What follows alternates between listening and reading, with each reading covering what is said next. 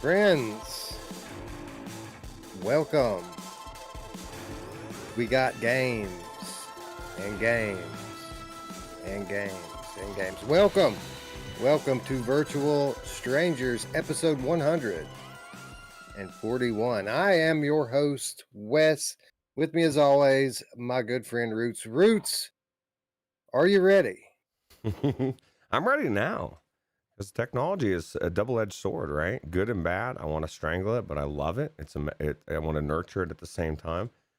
I don't know what's going on with the technology, but it's fixed now, and that's good. I was going to say, my daughter texted me yesterday or 2 days ago and asked me what headset I had, and I didn't respond because I was working, so she tried to call me, and then I saw I missed the call, and so I texted back and told her, and she said that she was trying to buy one, and Best Buy was sold out. I said, well, just check another Best Buy. You know, she asked which one what's the difference between the prices. I recommended the $400 one. And then she texted me back later that night and said she had just picked it up. I said, oh, nice. That means Troy's strap, the M1 Pro, is going to her instead because she's my daughter, not my nephew. Nice. And plus I just gave him one already that was for Christmas, the one that doesn't have the battery power. But yeah, she's already picked up some games. MASH, I wanted to let you know right off the bat, the first game she said she was getting was Beat Saber. I'm sure you're proud. And it's just the way it is, man. That's VR. We may be tired of it, but newbies love it. And we have to remember that, right? We had our moments when we actually enjoyed it. Actually, I still kind of enjoy it. I love it, man, because, you know, a couple of reasons. First of all, there's no better indicator that VR has arrived than, you know, the younger generation, you know, getting into it on their own without our prompting, you know, and then finally coming back to us and talking to us about it. So I love it in that aspect. I also love the idea that, you know, this technology is really great at closing distance, right? So it doesn't matter now where your daughter is or where she goes. She's always right in the next room, isn't she? Yeah, absolutely. And she was I recommended 3 games to her so far. I said Pop 1, Crash Land, and Swarm. But she loves I know her boyfriend's like really, really good at shooters. I mean, so much so like Rainbow Six Siege, he's ranked, and so he loves those type of games. And I think he played Pop 1 over here once. I think they're gonna be playing that with her or them, or maybe they end up getting 2. I don't know. That'd be cool. Yeah, but we're having a Pop 1 revival, aren't we? Like I've been talking about it with wife. We're gonna start playing it on the regular, and I think Chi-Town D just got in. Shout out Chinatown D, just got in for her first session the other day, and she left a comment on our money show. By the way, patrons, there is a new episode of the money show that I posted yesterday, where Ruuts, Eric, and I play a little Population 1. It's literally our first session back in the game in a very long time. But we talk about a lot of cool stuff, PlayStation VR 2 mostly, but that's not all. We talk about a lot of cool stuff. But yeah, it's a bit of a Pop 1 revival, isn't it? You get in there and you remember just how good that game is. Yeah. Alien Kara says she will return Swarm. She's not going to return Swarm, Alien Kara. I guarantee she's going to like it. She's got my blood. But yeah, you're right. Pop 1 is a Pop 1 revival. I had another game last night with MASH where we almost won at the end, and I had another 7-kill game. I was rocking it with the Mr. Tass. I was really enjoying that game. I forgot. This is the thing. I realized a couple things. One, I really enjoy that game. I missed the game. And 2, Airlink can suck it right now. I'm done with it because every time I play it, it's in and out, and I end up switching to virtual desktop anyway. And then 3, and this may be controversial to a lot of people, even yourself, I'm realizing I love VR. I just don't like streaming it. And it's a weird dynamic for me. There's so much bullshit going on with everything else streaming on top of VR.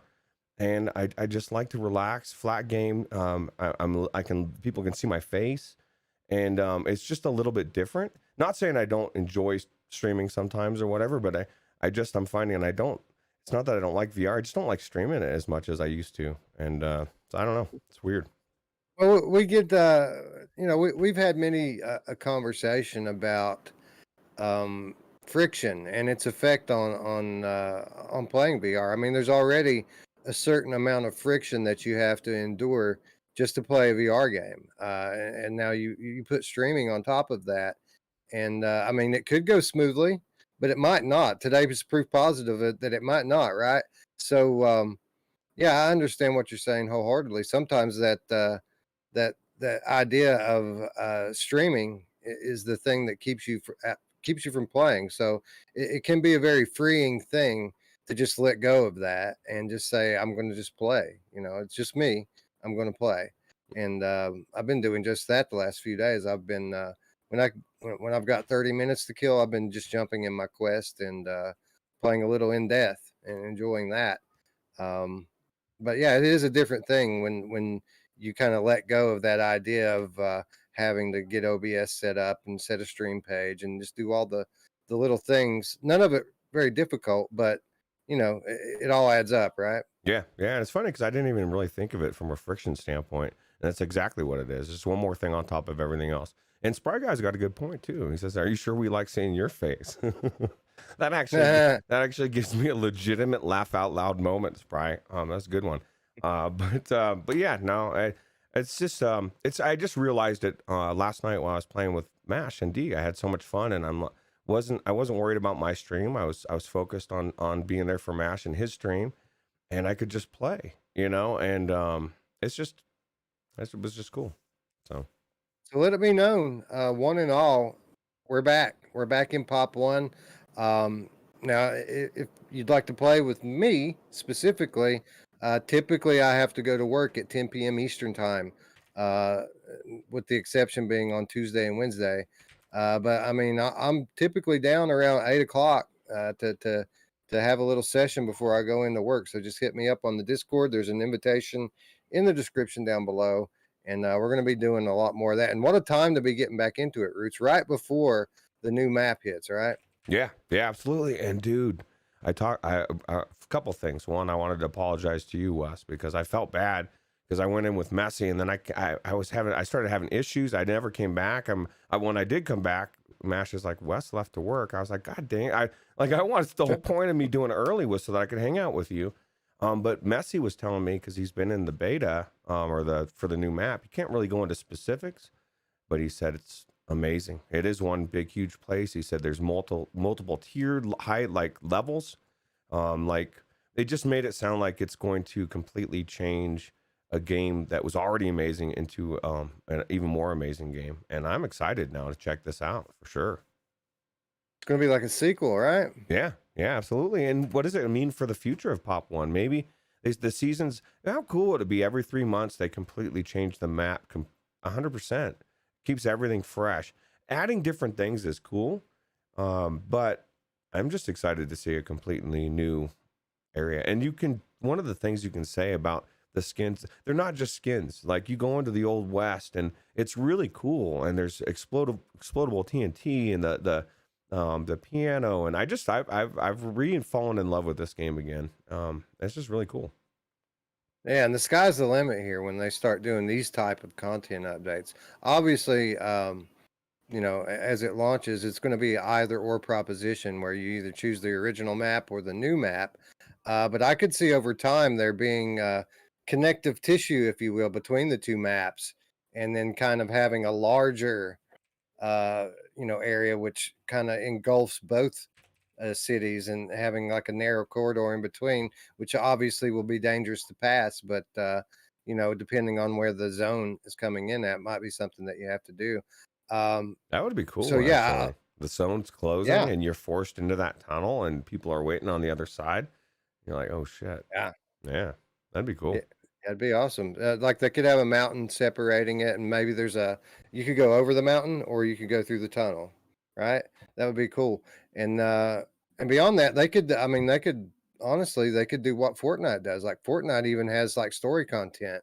Like most people play the battle royale, and that's what it's known for. But there's a full on story campaign with Fortnite as well. Which again, if it continues to grow, obviously, you know there probably isn't the player base now to support that kind of development. But if it continues to grow, who knows what this game's going to become in 2 years? Yeah, absolutely. And Tech says hopefully he'll be done playing Elden Ring before Pop 1 comes out. I'll tell you what, man, I'm in like 12, 13 hours in this game. And you got to get it. Like I said last week, you were saying, should I get rid of Ratchet and Clank and pick up Elden Ring through the game file? I didn't say it strongly enough. Fuck yeah, dude. You need to get this game because it's phenomenal. Just from the one of the things about the Dark Soul games is, as hard as they are, is that's exactly it. Like they're so hard. You come up to a boss, and if you're not like one of these sweaty people, you get stuck. Well, here you come up to something that just wrecks you, and okay, I'm not ready for this.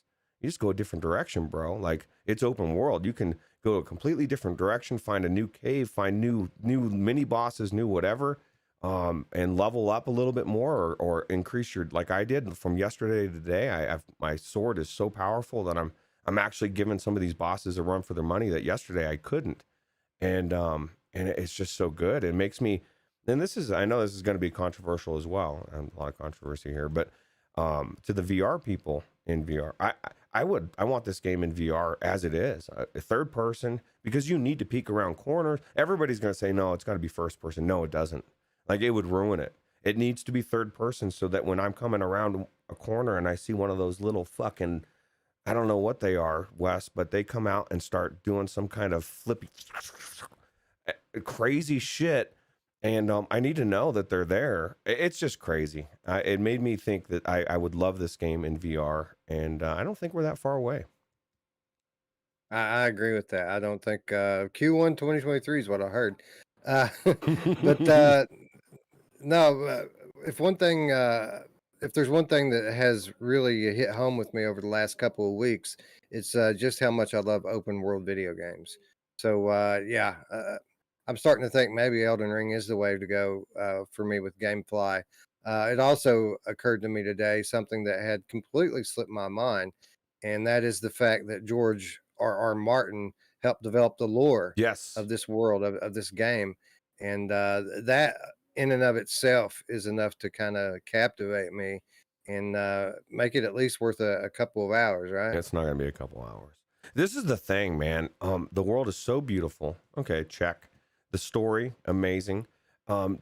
People, and I kind of even was guilty about this in the Discord, but that there's no quest log or whatever. You're just going around. You're looking for people, for quests, for things, just stumbling onto stuff, and then it leads to other things. But it's not necessary. It's just so open on how you want to do it. It's phenomenal, and the story, like you said, is great. Like I actually want to hear what these NPCs are telling me and filling in what's happening. And like I was reading this review, and this guy was saying that he was kind of bummed out. He was talking to other people, reviewers that he played that played it all the way through, and he missed some storylines. But he's going to go back in and play them again. So and they've got the new game plus or whatever for this. It keeps going and going harder and harder and harder. But there's so many different stories that are being told in this thing. It deserves the rating it's getting on the critics, in my opinion. So. Excellent. Well, it's okay. I think you convinced me. Now, I don't think there's any way in hell I'll ever make any kind of real progress in this game, but I think it's worth taking a look at. So I think that's what we're going to do. Our friend Paradise Decay joining us in chat says, I just came off Elden Ring, and I've got about 10 hours into the game now, and I normally don't like Souls games. So he's digging it, despite this not really being his typical jam. It's different than any other Souls game in one way too, Wes. And this was, me, was so phenomenal when I found this out. They added a jump to it. And so now you can jump, and you're jumping up and doing different things, and you can actually jump and like do a heavy thing into people's shield and like knock them back, stagger them back. I mean, the game, I went into it thinking I don't like sword melee. I'm loving the sword play in this game. I don't know, man. But anyway, this is a VR show, so I'll stop. But I can't wait to go back in and play some more. That's true. This is a VR show, and this isn't any VR show. I'm not sure, Roots, if we've ever planned an episode that's quite as information packed as this one is. I mean, dude, So much news this week. I think it's safe to say that the quiet times at the end of the year is over, and the VR news is in full swing now. It's going to be like a snowball downhill till Christmas time. Yeah. Oh wow, that's crazy, man. I'll tell you what, you were cutting stuff out, right? That's how much news there is. Yeah. Yeah, I cut a lot of stuff out before I even started on the notes, and then after I started the notes, I cut more stuff out, just because there's so much of it. So, with that said, we need to go ahead and kick it off. We need to get into it. So let's do it the way we always do it, by saying hello to our friends in chat. Traveling Man 3775 is here. He says, heard people are selling runes on eBay against the terms of service, so they're risking a ban or loss of content. Wow. It's true. Scion says he's going to wait for the VR port. He hasn't played Skyrim yet. This is better than Skyrim, dude, in my opinion. I mean, Skyrim's a different game, but this is just better. Our friend Roy Schwartz is here. It says says a friend of his has spent 1,000 hours in Space Citizen. Wow. So yeah. Good to see you, Roy. We were just talking on the last episode. We're actually due an aim controller stint that we're going to be jumping in here pretty soon and checking out some firewall. So I'll be sure to hit you up when we do so. Yeah. Absolutely. Wolveraza's here, as is Scion. Chinatown D is in the house. She says that the artwork in the cutscenes of Elden Ring are a thing of beauty. Yeah, it's amazing. I certainly have an appreciation for the such things, especially you're gonna love it with my next gen console. Yeah, my prediction is that you're gonna love it. Well, we will return to this topic, and we'll see. Onakazi says, I die to everything. Everything. You're gonna die a lot, and that's just the way Dark Souls games work. OpJ is here. Hello. Spry Guy's in the house. What's up? Says, I'm looking at the Mr. Task right now. Well, good on you, bro.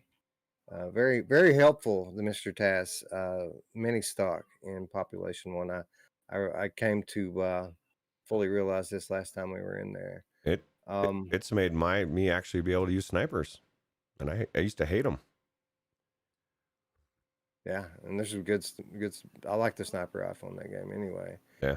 So yeah, makes it even better. Techno Glitch. Hopefully, I'll be done playing Elden Ring before the Pop 1 map comes out. Well, good luck with that, bro. Good luck. If you do, then you have more time than I do. Anyway, let's see who else is here. Anthony Man Wexford. Hello. Kyle, my mom Kitchings says, I got to get back into some In Death. It's one of my favorite games, but it's been a minute since I've been in it. It was the same for me until the other day when I just had honestly, I needed to go to sleep, but I couldn't. So I just said, you know what? I'm just going to get up and play one run of In Death. And that's what I did. And then one run became 2, and then 2 became 4, and I've just been having fun with it. Let's see here. Felipe, I am Roots, Daddy Cool, Laras. I'm late today, but here and accounted for. You're so actually on time. The icon. Yeah, right. But late is on time here, right? Yes. Eye on the icon is here. Hello. Island Cara, we already said hello to. Hello. Tech says maybe I shouldn't have commented about Elden Ring. Oh, it was going to come up. Plus, trust me, I was ready to talk about it. Right. Zayla Maru is here. Says, I think Beat Saber is to news what Super Hot was to us back in the day. Yeah, Super Hot still kind of is too. So, Michelle B is here. Hello. As is wife. Hello. Mike Newton. Thanks for stopping by, Mike Newton. Decepticon. Oh, yeah.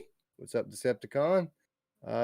Space Dennison is here. Radio Runt is here. Hibsy, the Game Cat, is here. Hussein X is driving, but watching as well. Keep an eye on the road, bro. But appreciate you tuning in. It's evening there. It's like 7:15 there, right?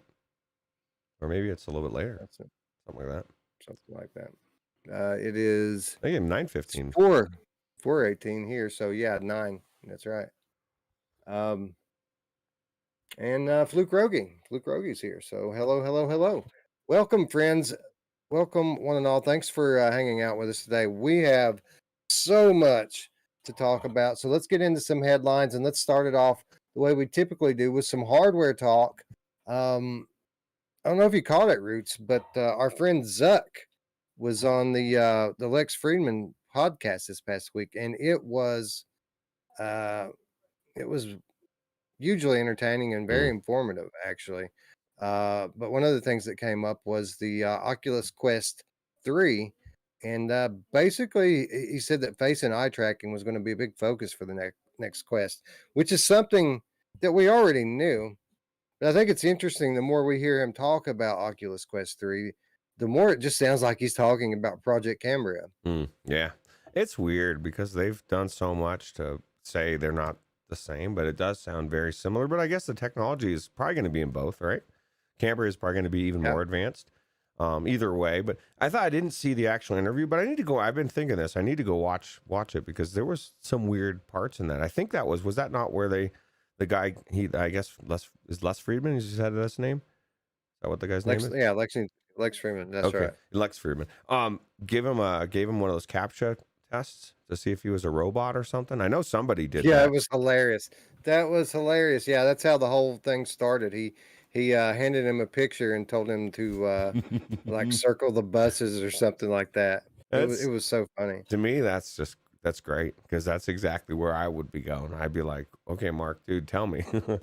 So I thought that was kind of cool. And then there was it was actually from what I read, and like I said, I just briefly read an article on it that was talking about how deep the conversation was, and it really made it sound like they are gearing to, which we already know this too, but they really want to get us into VR and not want to let us to leave.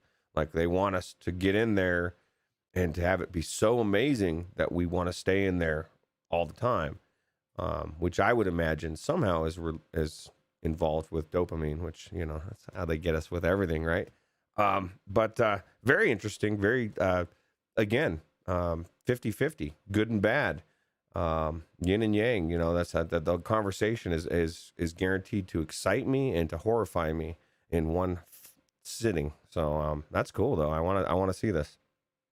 Well, I'll give you my impression of it, and I was quite surprised watching this, just how personable and relatable Zuckerberg seemed during this. Like we have this kind of mental image of him being this kind of stiff robot guy, this guy who's such a tech nerd that he has trouble relating with normal people. And when you hear the guy talk, and he's not sitting in front of Congress, he's actually just sitting down having a conversation. Not only does he seem like a normal guy, he doesn't seem like a bad guy, man. He doesn't seem like he has ill intentions, and I'm sure, I'm not. Don't get me wrong. I'm not talking about Facebook, the corporation, uh, and that the intention of the company. We all know companies are more than just one guy. They're typically controlled by shareholders and people who sit on the board of directors. I'm talking personally about Mark Zuckerberg. He seems like somebody who has good intentions. He doesn't seem like someone who's evil, so to speak, which was kind of shocking to me, to be quite honest. Yeah, that's crazy. Although I guess the most evil, scariest people would be the ones that you can't tell. I'm not saying that. Right. I agree, though. I mean, they always demonize the head of everything, right? It's all Zuckerberg's fault, and a lot of times they do that by design, and then they remove that person, slide somebody new in, and everybody's like, "Oh, thank God!"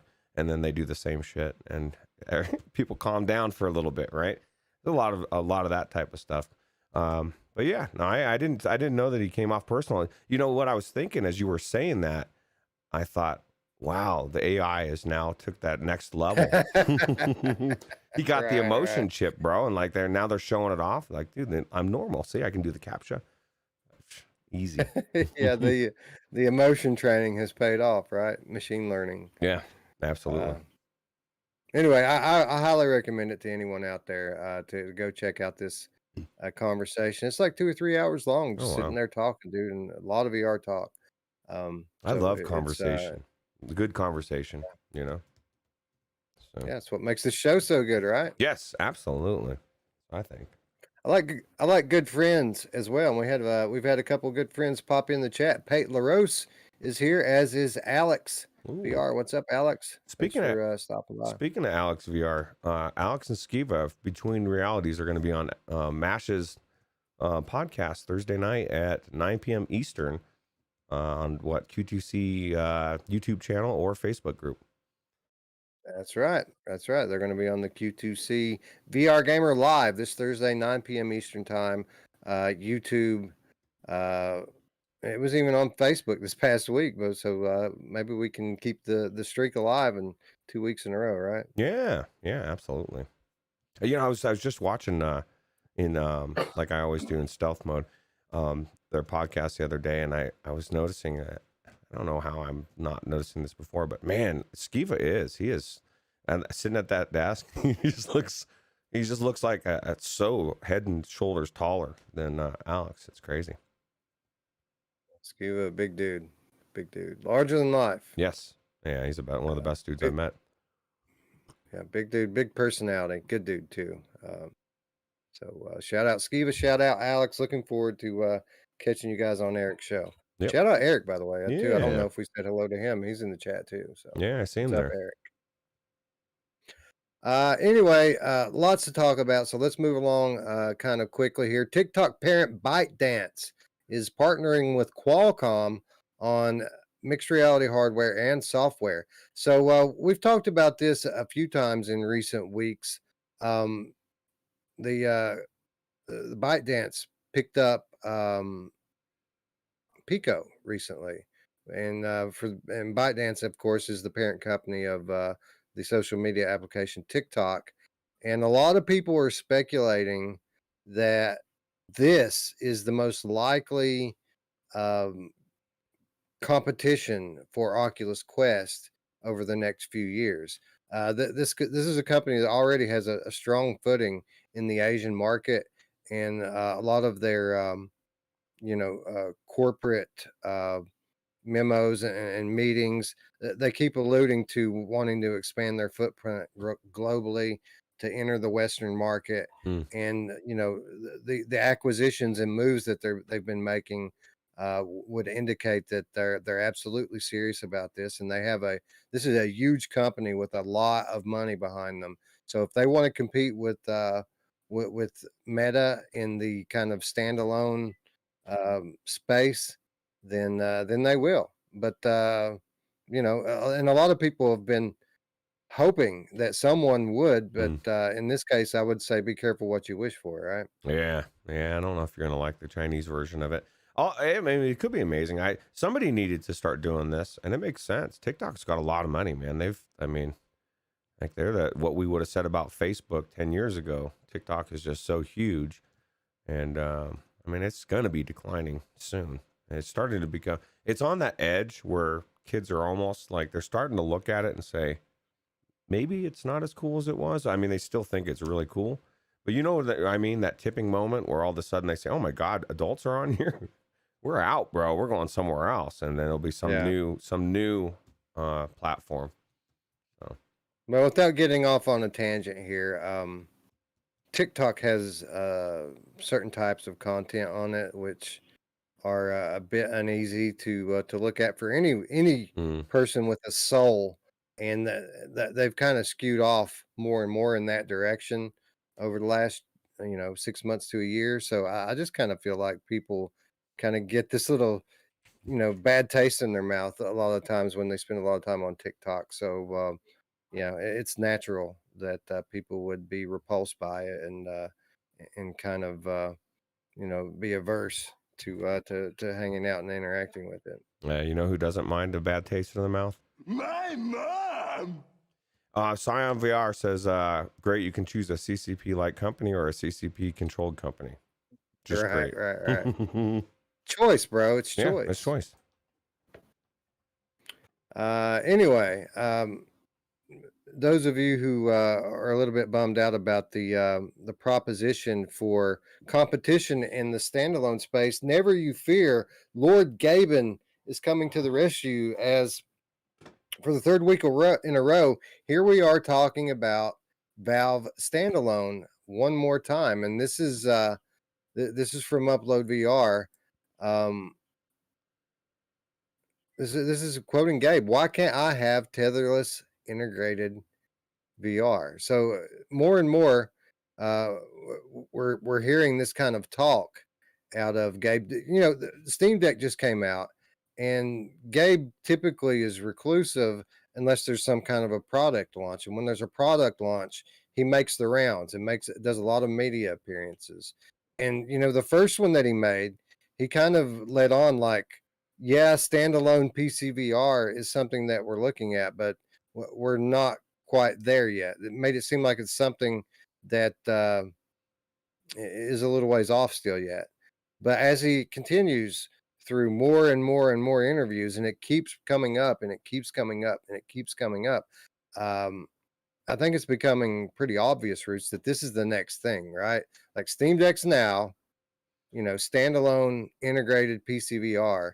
This is the next thing from Valve. This is what we're going to see, and God knows when it's going to come, but whenever it may happen, this is what's going to happen. Do you think it was going to be soon enough for Scion? Should he pick up Index 1? Should he pick up the Quest 2? That's what I was thinking. I think he should just pull the trigger. Well, yeah, I think we've been saying this for well over a year now. Sion's going to do what he's going to do, bro. He's still digging his CV1. So, you know, I look forward to the day when he actually gets to try on one of the newer headsets, because the longer he waits, the bigger the gap that he's going to be crossing is going to be. And it's going to be a dramatic shift for him. Even if he were to do it today, like, it's a pretty dramatic improvement over the Gen 1 stuff, right? Yeah, absolutely. Scion says Gabe needs to hurry up. I've been waiting for him to release a headset. And then Spry Guy says, right, Scion, I sold my Index because I thought there was a new one just around the corner. That's the thing, man. Like, it could be right around the corner. I mean, it sounds like it's right around the corner. He's, like you said, he's doing these interviews now. So hopefully we'll see it soon. Onikazi says, sure, Valve will save us in their own good time. Hopefully not all of us here haven't expired through natural causes before they do. Yeah, man, hopefully.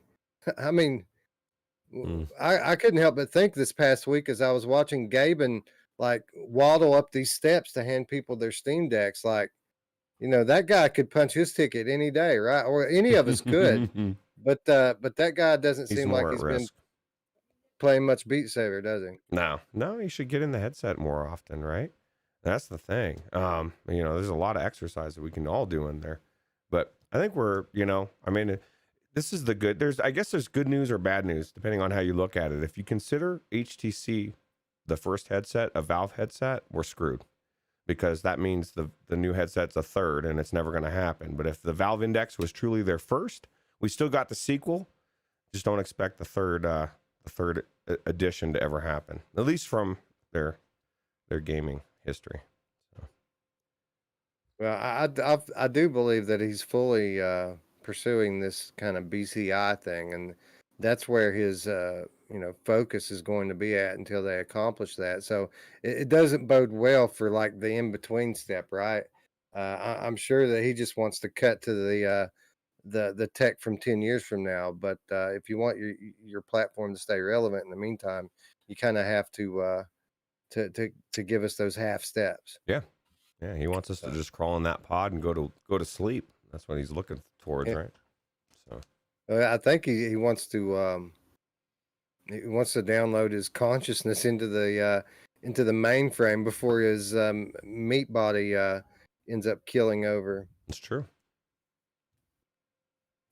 Anyway, we had a couple of more hardware headlines, but I cut them in the interest of time because we have so many gaming headlines to get to. But before we do that, let's make our weekly pit stop off in Metaverse world. South Korea, Roots. This is our weekly big number, right? A couple of weeks ago, we started sharing these stories that I'm seeing every week that talk about investment into VR. This is our weekly big number story. South Korea stimulates corporate growth with $187 million of metaverse investment. This is very different than a lot of the stories that we typically quote. Typically we'll talk about some conglomerate putting $100 million into some kind of VR startup in preparation for the age of the metaverse. Everyone's trying to jump in right now. This is a little different, though.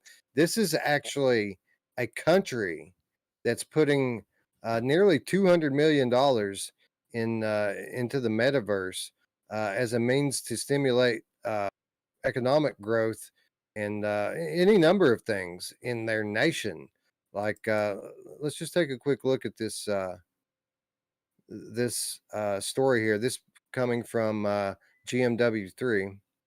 It says, while companies like Meta and HTC Vive are investing in their metaverse vision, governments are notoriously slow when it comes to technological changes. Unless you're South Korea, of course, which has announced plans to invest 223.7 billion Korean won in a national metaverse project aimed at stimulating growth for business.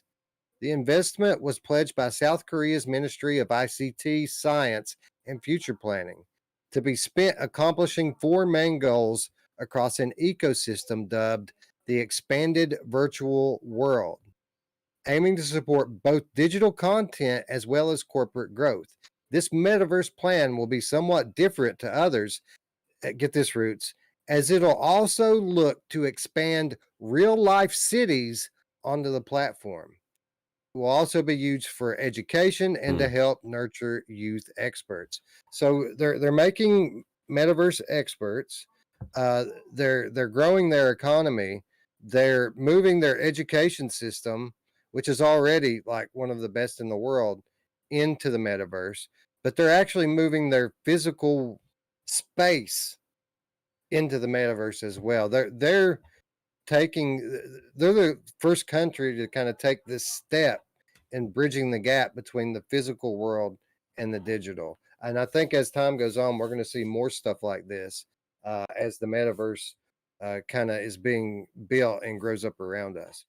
It doesn't make sense to people, but it depends. If you see the whole end goal of what we were just talking about and joking about, Gabe wanting us to crawl into a pod, the end goal is really technologically to get you to be in this amazing virtual reality world that you're not wearing a headset. It's a chip, or somehow you're in there, you're feeling stuff, you're smelling stuff. It becomes just like Ready Player One in some respect. And at that point, it's so amazing. You want to own property in there. You want to have a cool place to go hang out in because it's just like home, or even better than home. Or you have a business and now you're making money in that virtual world and you're able to spend it on virtual things. And it becomes this big thing that seems so far off. So because of Ready Player One, it just seems fantastical, right? Even saying it sounds almost ridiculous. But if they can do what they want to do, and you can get in on it now, and I'm not saying people should, because I wouldn't. I don't want to have a chip in my head. I don't want to go in this world that they're talking about to that level. But I can see it plain as day. Like I'm looking out my window and I can see a sunny day, right? It's coming, and it's weird. It's weird to see all these things coming up and rising, and like you said, countries investing, and it should show people that there's they've collectively decided this is where the world's going, and people can get on or not, and when the time comes. But it's kind of cool and horrifying at the same time, like I said earlier. Well, it's kind of hard for us to wrap our minds around the scope of something like this, especially being VR enthusiasts. We typically overlook the prospects of augmented reality because us being game focused, looking at AR, the prospects are kind of meh. Like I'm sure there's going to be cool gaming stuff in AR, but we typically kind of sell it short on its potential just because we're so gaming focused. But when you think about countries and businesses and the whole world kind of trying to build the metaverse up and merge it with the natural world, I mean, augmented reality, that's what that technology is meant to do. It's meant to bring the metaverse into the digital world. And we often look at it, at the development of this, from the perspective of building the software to kind of overlay over the physical world. But a story like this, with a country making these types of moves, makes you think about the other side of it, and how in 10 or 15 years, people are going to be building up the physical world to kind of make it work with AR. So it goes both ways. Mm. You can build the software to overlay over the old world, but the new world is going to be built kind of as a projector screen to have digital imagery and digital things laid over it. I don't think people quite understand, um, just how profound this change is going to be over the next couple of decades. Yeah, that's true. I didn't really think of it from an AR perspective, right? And especially linked in what you were saying with the cities kind of going in to where, you can be in the normal city, or you can be in this really cool city with your AR, seeing and experiencing things that nobody else that don't have it can see, right? That's pretty cool. Yeah, yeah. The world of tomorrow is quite literally going to become kind of the analog canvas for the digital world to be built on, and barring catastrophe, it's going to be the holodeck roots. It's Mm. going to be the holodeck everywhere, all day, every day. How crazy is that? Can you imagine? Because this is the thing. Like, if you got AR stuff and you can see stuff that's there, not there, what if if it got far enough to where people were in all the time, what could you be walking around not seeing that's going Right. on? You know what I mean? Like, if they can put stuff there, they could stop you from seeing stuff. And now you're not really looking at the world. And that's the thing, PD had a good question. Would you want to go into these worlds if the chip slowed down time to where you could spend days in there worlds, but it was really only 30 minutes? This is my concern of Paradise Decay, because that sounds amazing. Like, all of it, everything that I guess in the world that has a double edge sounds amazing on something. But what if I come out and I'm going to work and I'm doing my thing, but I never came out, bro? Like, I'm still in there. That's my fear. Like, how would you differentiate between coming out and really coming out? It's kind of like Brain Scan, where the kid comes out and he thinks it's a real world. And I don't want to wreck it if you haven't seen it. It's an amazing movie, but it ain't real, bro. But it seems so real. And I think we're on the edge of that technology. It's crazy.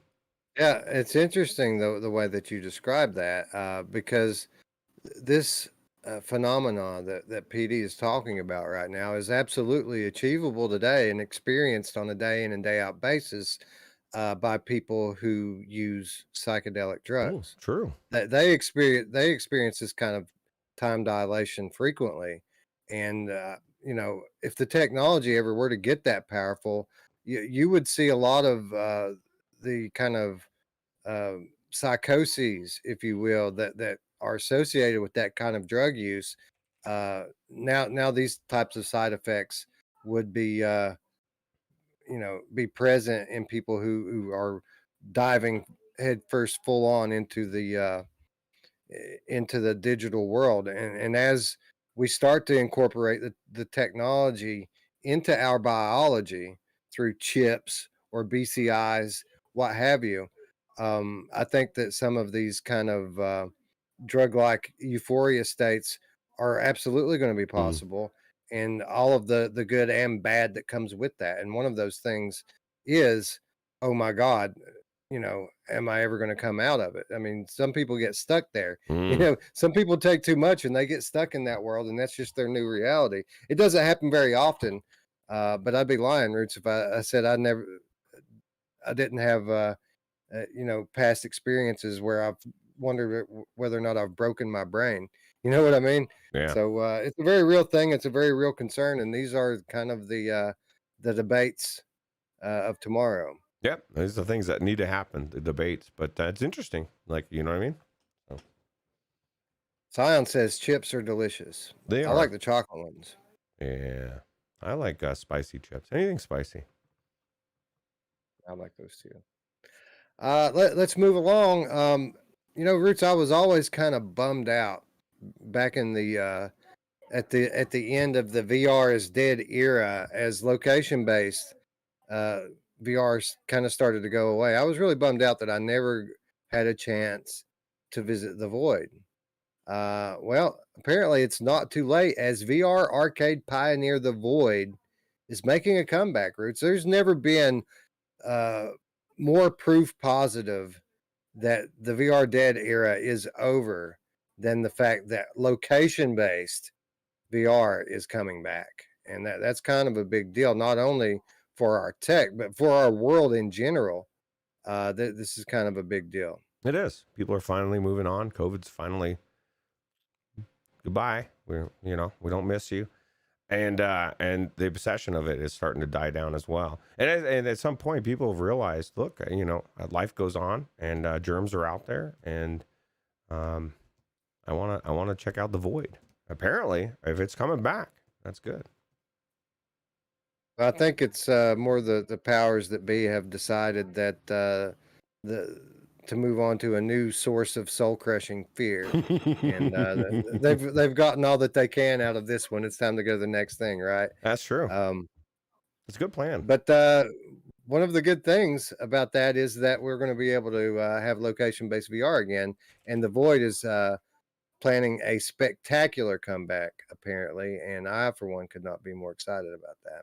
Yeah, I've never been to anything like this, and the thing that these type of experiences is the locomotion or the rigs, right?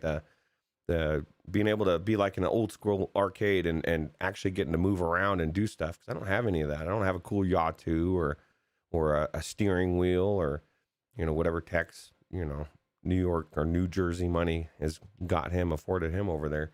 But I think it's cool. I think it's awesome, and the really awesome thing that's going to come of it is, the Void was profoundly awesome in Gen 1. The tech now, or 2 years from now, when they really open back up, leaps and bounds ahead of what it was even back then. There's not going to be any more wearing PCs on your back, or anything like that you used to see with location based. It's all going to be wireless now, with super high fidelity, polished experiences, which they always were. But the form factor being smaller and the tech being more well advanced, it's going to lead to kind of location based 2.0. So much like a lot of these AAA franchises that people like you and I are experiencing for the first time in VR, it's kind of the best way to experience it. I think that location based is going to be the same for you and I. When we get in there, finally get in there, it's going to be location based 2.0, and we're going to be better off having waited to experience it. Absolutely.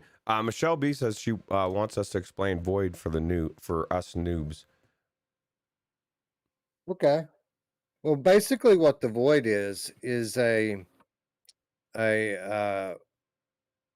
location based VR. It's like an arena based VR activity that is made for like a small party of like 4 to 8 people, and basically they build a playground for you to play VR in, and the world is built to an exact specification, so that what you're seeing in the headset and what you can feel in your hands with real life kind of go 1-to-1. So if you're like diving behind a wall in the game, there's a wall in real life that you can physically feel and put your hands on. But it goes beyond that, because these are typically the most highly polished VR experiences in and of themselves that we have available to us. So basically what we have here is a AAA VR experience with some type of amazing IP like Star Wars or something that you recognize, and just kind of another level of immersion being added on top of it, as they're able to engage the player through more of their senses. With home-based VR, all we get really is sight and sound, and just a little bit of haptics. Mm. Whereas in these location-based experiences, they really take that touch and smell onto like a whole new level. It's kind of like heat and cold it's too, kind of right? like right. It's kind of like a 4D experience as opposed to a 3D experience, where they really engage the senses that home-based VR currently can't deal with. So it's a very, you know, precisely planned out and implemented way to play VR. It's very expensive. It's not, the experiences tend to be very short, but they're the most immersive experiences that the world has to offer, basically, at this point in time. Yeah, exactly. My closest thing that I would equate it to would be like something like Star Tours or one of those Disney rides, right? Where you go into the container, and then except for you're looking through that screen and it's tilting and doing all that stuff. This is next level. I haven't been to any of the new ones. I'm sure those new ones are amazing. Even the ones that they have virtual reality inside the experience. But yeah, so I can't wait to check it out. It's going to be, like you said, a lot cooler when we actually do.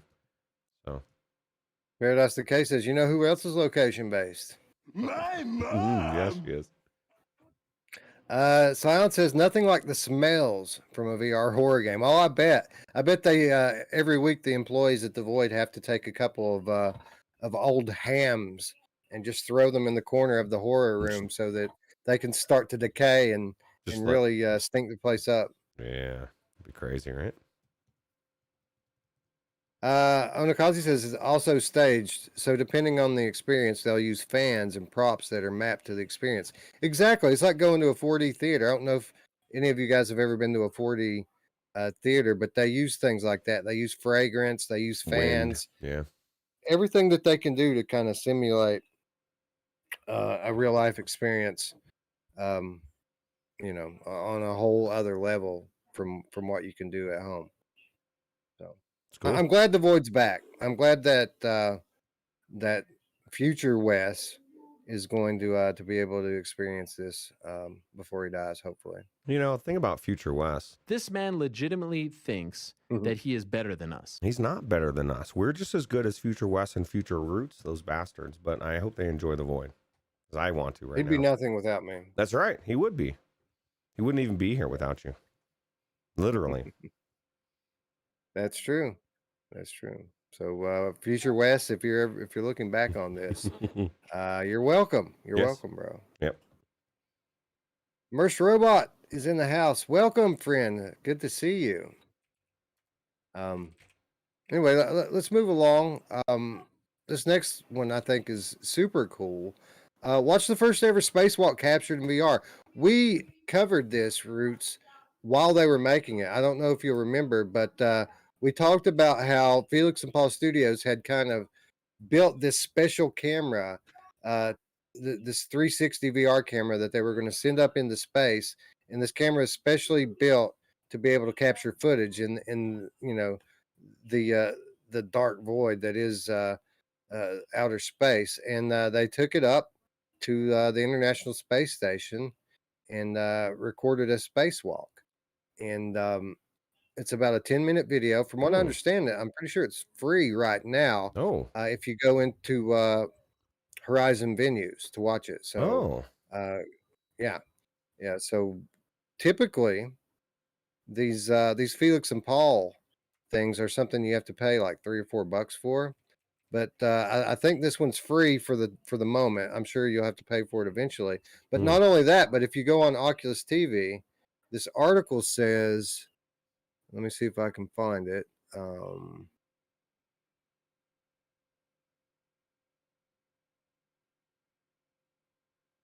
a second here. Okay, here we go. It says previous episodes, including Adapt, Advance, and Unite, are currently available for free via Oculus TV. So these, if I'm not mistaken, not that long ago, you had to pay to watch. They had one episode that was free to watch, and then like the subsequent episodes you had to pay for. It looks like they're all free now. And if you go into venues, you can watch this latest one. And the guy in this that wrote this article, this by the way is from VR Scout, says that this is some of the most incredible footage that he's Wow. ever witnessed in VR. So, free for a limited time. You guys put your Quest 2s on, go to Oculus TV, watch the older episodes, and then head into venues and check out the latest episode. This looks amazing, Roots. How cool. I love space things in general. I've been on the ISS, just a spoiler, a couple years ago. It was okay experience, right? It was like early VR was, and the thing is most of the stuff that we go into that people would go into today would say, it's okay, it's not the best. Well, because they haven't been filming it with the high-tech cameras that are out there. This sounds like this is like the best of the best. That's what intrigues me. Like, I want to see exactly what they can do in VR, and because we're on the edge of stuff we've never seen, as far as media or this type of stuff, and it's exciting. Totally. I can't wait to check this out. I did check out a few minutes of one of the earlier episodes, and it was great. And I expect that this is going to be all that much better. Yeah. Oh yeah. Gary says that it's good to be here. I don't often make Sunday streams live. Yeah, we're trying to go earlier, bro. We started off doing them early on Sunday, and then we drifted more and more later and later, and then we kind of hit a point where we felt like it was too late. So I'm kind of tweaking the structure of the show so that the preparation happens a little bit more quickly, and we're able to kind of pay that forward, that time by starting the show a little bit earlier. So I'm glad that you're able to hang out with us. We miss you, bro. Yeah, We're for glad sure. you're here. Yeah, absolutely. Roy Schwartz says that Lethal Weasel is his spirit animal. I'll do it, bro. I'll take it. I want to ask, like, whose spirit animal isn't Lethal Weasel? Because I was going to say the same thing, Roy. Well, I'm here for you all. I'll fill that role for you. Gladly. Anyway, again, those of you who have Oculus Quest out there, Oculus TV, Horizon Venues, which by the way is just venues. They just renamed it. Check it out. I think it's running all month long. But when April gets here, it's going to be too late. So, Oh God. do it now before you forget about it. Yeah, before you have to pay for it. Right. Yeah, Felix and Paul does great work, don't they? Yeah, dude. That was one of the things on my original Rift that it blew me away was the circus stuff, the circuit. I own it somewhere. I think it's in the Oculus Rift store, but it was really cool. Yeah, I remember covering that like in the earliest days of our channel. I remember when you picked it up. Yeah, it was cool. Anyway, one more Metaverse headline before we shift into this week's gaming news. Iron Man VR dev opens up a second studio and still hiring for a AAA VR game. So this is Camouflage, which brought us Iron Man VR, also brought us Republique VR, which we're going to be talking about a little bit later in the show. This story coming to us from Upload VR. Iron Man VR and Republique developer Camouflage has opened a second studio to work on, quote, immersive games and is still hiring for a new AAA game with VR support. The developer this week announced Camouflage Holdings GK, which is based in Kamakura, Japan. The studio will be headed up by Camouflage founder Ryan Payton and Capcom producer Matt Walker. No word exactly on what the studio is developing, but in a statement given to gamesindustry.biz, Walker said the second studio would, quote, strengthen our capability to continue to create immersive, meaningful games.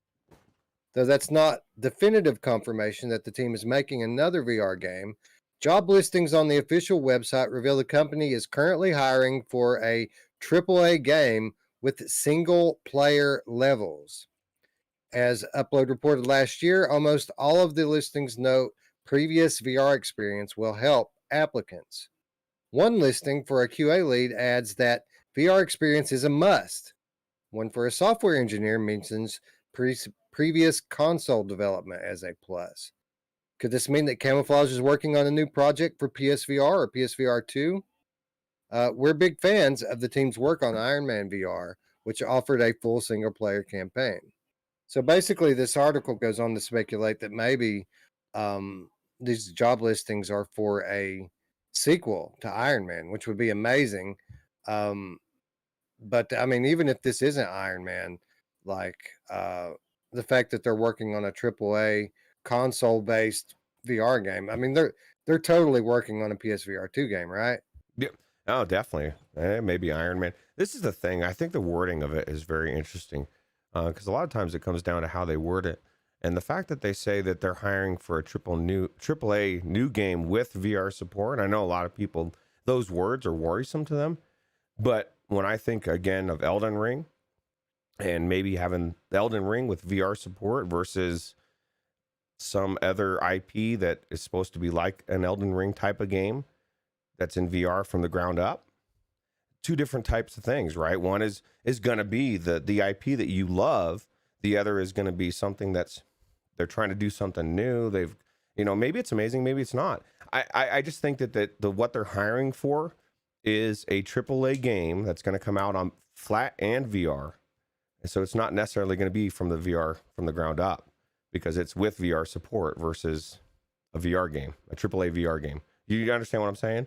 I just feel, that's what it sounds like to me anyway. So, yeah, well, I mean, we can kind of back engineer that. Well, we know that Sony wants to do these hybrid type games, and again, their last game was a PlayStation VR exclusive.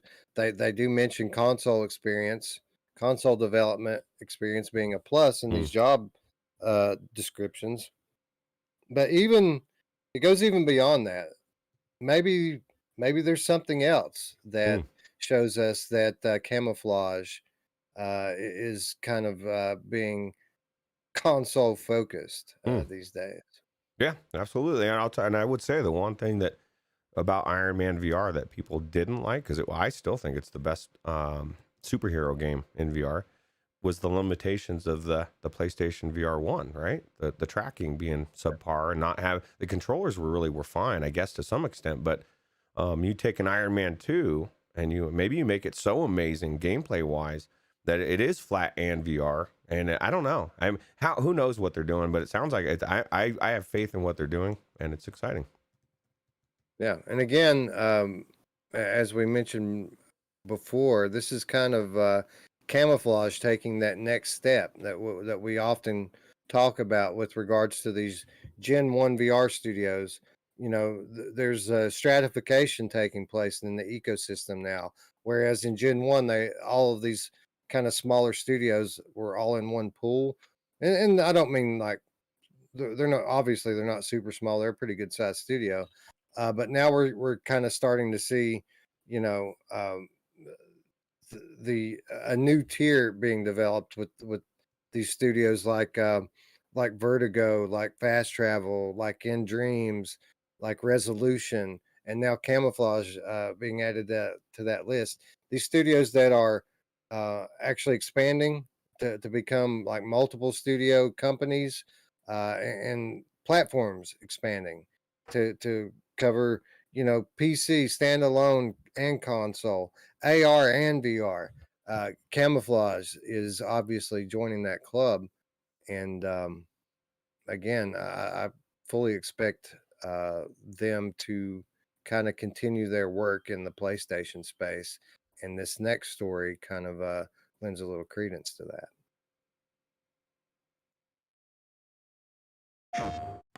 Tonight, I tell my own story. You have to help me. They're going to hurt me. They say I'm infected. Can you help me somehow? Can you help me get out of here?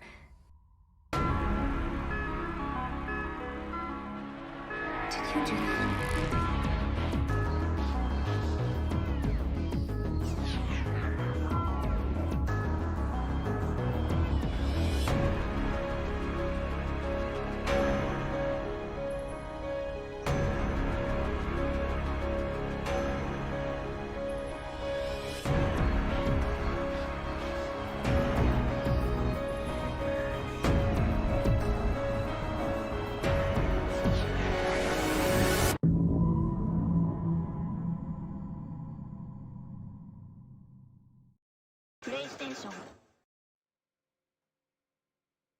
Republique Anniversary Edition finally sneaks on the PlayStation VR this week. So, Roots, what a timely headline as we're contemplating whether or not camouflage may be fully focused on console development.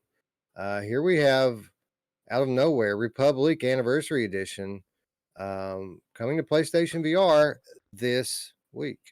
Yeah, that's amazing. This game is really cool. I think a lot of people kind of forgot about it. And it's funny how this article starts out. It says the hope is that Republique still stands up after all this time. Well, it's still the same game. It's still amazing. It's still a really cool, unique stealth game. I think it's cool that that they are bringing it to PlayStation VR. And it's funny because PlayStation VR has pretty much been dead for the last, I mean, not dead, but just very slow, right? The timing of it, right? It's almost like they're getting ready to drop a console, a new VR system pretty soon here, right? Well, this is interesting because I haven't played this game, but people do say that it is a solid title. But this title is uniquely suited to the PlayStation VR platform, as this is gamepad VR. This isn't first person. This is a third person VR game that's played with a gamepad, right? Yeah, absolutely. So I was getting sidetracked with Gary and Onakazi's conversation about the Cyberpunk VR mod. I think we talked about it a little bit last week. We haven't really tried it yet. We're going to be talking about it probably in the next week or so, right? But Very soon, yes. yes. So it's definitely, this game is I think it's right up your alley. It's definitely unique, and I think it's really cool. I think it's definitely a cool game for the PlayStation VR library. Well, when it comes to PSVR, and when people were talking about it being outdated, typically they're not so much talking about the headset and the quality of the experiences in the headset, but rather the tracking, the controllers. A game like this completely mitigates all of that, right? Yeah. Being a third-person gamepad based game. Yeah, absolutely. Because you're hitting the buttons, like you said. It's like it took a really cool third person stealth game and they put you in VR and let you be in there and experience it from a perspective that's completely unique to any stealth game I've ever played. And being that you like stealth games and shooting and just everything about it, there's so much more to it. And I think it's like I said, this game is old enough that why would they even be bringing it to VR unless they're already, like you said, working on all sorts of different things for the consoles and really focusing on console games, PlayStation VR too, really. So Absolutely. Anyway, I want to point out a comment that Gary. He says, yes, I struggle with the VR support statement. I'm a big mod supporter, but I have to be honest that ground up VR is still preferable by a mile. I agree, but I would contend that this kind of idea of the hybrid game going into next gen is going to kind of change the paradigm a little bit. Whereas right now it's kind of an either or situation. You either have the game that supports VR or the game that was built for VR. I think now we're going to kind of have a third thing that is a game that is built for VR, but you don't have to play it in VR. It's kind of the polar opposite of the VR support, like the flat game that supports VR. I think next gen, we're going to see the VR games that support flat, if that makes any sense. yeah, I agree. And Gary's also saying when you consider the resolution of the PSVR, it's amazing how good it stands up to today. That is why a spec sheet doesn't really matter. And that's why, and Wes has said this, and I agree, that's why I get excited about the specs on the new headset are so amazing that imagine what that thing's going to look like with the PS5 pushing it and knowing what we know about how good that old hardware looks. How good is the new hardware going to look on top of, say, Wes's G2? It's probably going to make your G2 look like dog crap, and the G2 looks amazing. And it's so exciting, and we're just on the cusp of it. But so. Yeah, PSVR headset definitely still capable of some very sharp, highly detailed imagery. Yeah. As again, RGB OLED, like it has great screens and great lenses in it. and again, they're using all kinds of optimization to kind of achieve great results, and now with it being pushed by the PS5, it's all that much better. I was watching PSVR Underground a couple of days ago. Our friend AJ over there in Dreams, someone in Dreams Roots made a highly detailed world that is heavily inspired by Returnal, and Really? it's kind of you experience it in first person VR, and it looks crazy, man. It looks so good that it actually had me kind of reconsidering whether or not I would want my Returnal VR to be third person. I think now maybe first person might be the way to go. This thing looked awesome. Yeah, that's crazy. Now you want me to go into that. And Corporate Zombie says, oh my God, that Spacewalker's video on Oculus TV is phenomenal. I'm literally welling up. It's the closest I probably ever get to being in space. So now I really got to go into this Wow. damn thing, dude. It's crazy. He also said that latest episode is also available on Oculus TV. Oh. So you don't even have to go into venues. You can watch it all on Oculus TV. Oh man, I'm going, dude. That's an easy click, right? Because I don't know Yep. if you're like me. Sometimes I'm like trying to decide what to play, and I don't really feel like playing anything. That's where I'll go, Oculus TV, and start watching some of those 3D movies, right, or the videos, or some of those really cool sceneries and stuff. It's cool. Yeah. Oh, yeah. I love kind of the other things that VR does besides just gaming. Yeah. It's kind of nice to do stuff in VR other than gaming sometimes. Yeah. So yeah, looking forward to this. And by the way, I checked out a couple of days ago, and the Muse concert is still running in Stageverse for free. Really? Still, yeah, I popped Wow. into it. Same It concert? was either yesterday or the day before. Yeah, same deal. Simulation Theory still going on. That's cool. I'd like to go check that out again, but I'd love them to start bringing some new content, right? Like, Well, there are other events running in there. Oh, okay. It's not music that I like, but there are I think 2 other artists running events in Stageverse right Lady Gaga. Oh, that's for now. MASH. No, not quite. Scion says, you know who likes the other things? My mom! She likes everything. As long as you should just don't judge her, please. Anyway, while we're talking about PlayStation VR, let's move along to the next headline. This one coming to us from Upload VR. Resident Evil 7 is coming to PS5. PSVR 2 support unconfirmed. RE7, one of the all-time best PSVR titles, is coming to PS5, but there's no confirmation of PSVR 2 support just yet. Capcom today announced that RE7 will arrive on PS5 and Xbox Series consoles later this year, alongside the remakes of Resident Evil 2 and Resident Evil 3. The PS5 version will feature ray tracing, higher frame rates, and support for DualSense haptic feedback and adaptive triggers. It'll be a free upgrade for anyone who owns the existing PS4 game. So far, we only have one image of the PS5 version, which you can see below. And though there's no mention of PSVR 2 support in today's announcement, the PS4 version of Resident Evil fully integrated PSVR using DualShock 4. It seems quite possible that the PS5 version of the game could one day end up supporting PSVR 2 when it eventually releases. So our friends over at Without Parole kind of had a little talk around this story, contemplating on whether or not we could see PSVR 2 support not only for 7, but for 2 and 3, because as they put it, I think they're all done in the same engine, right? And I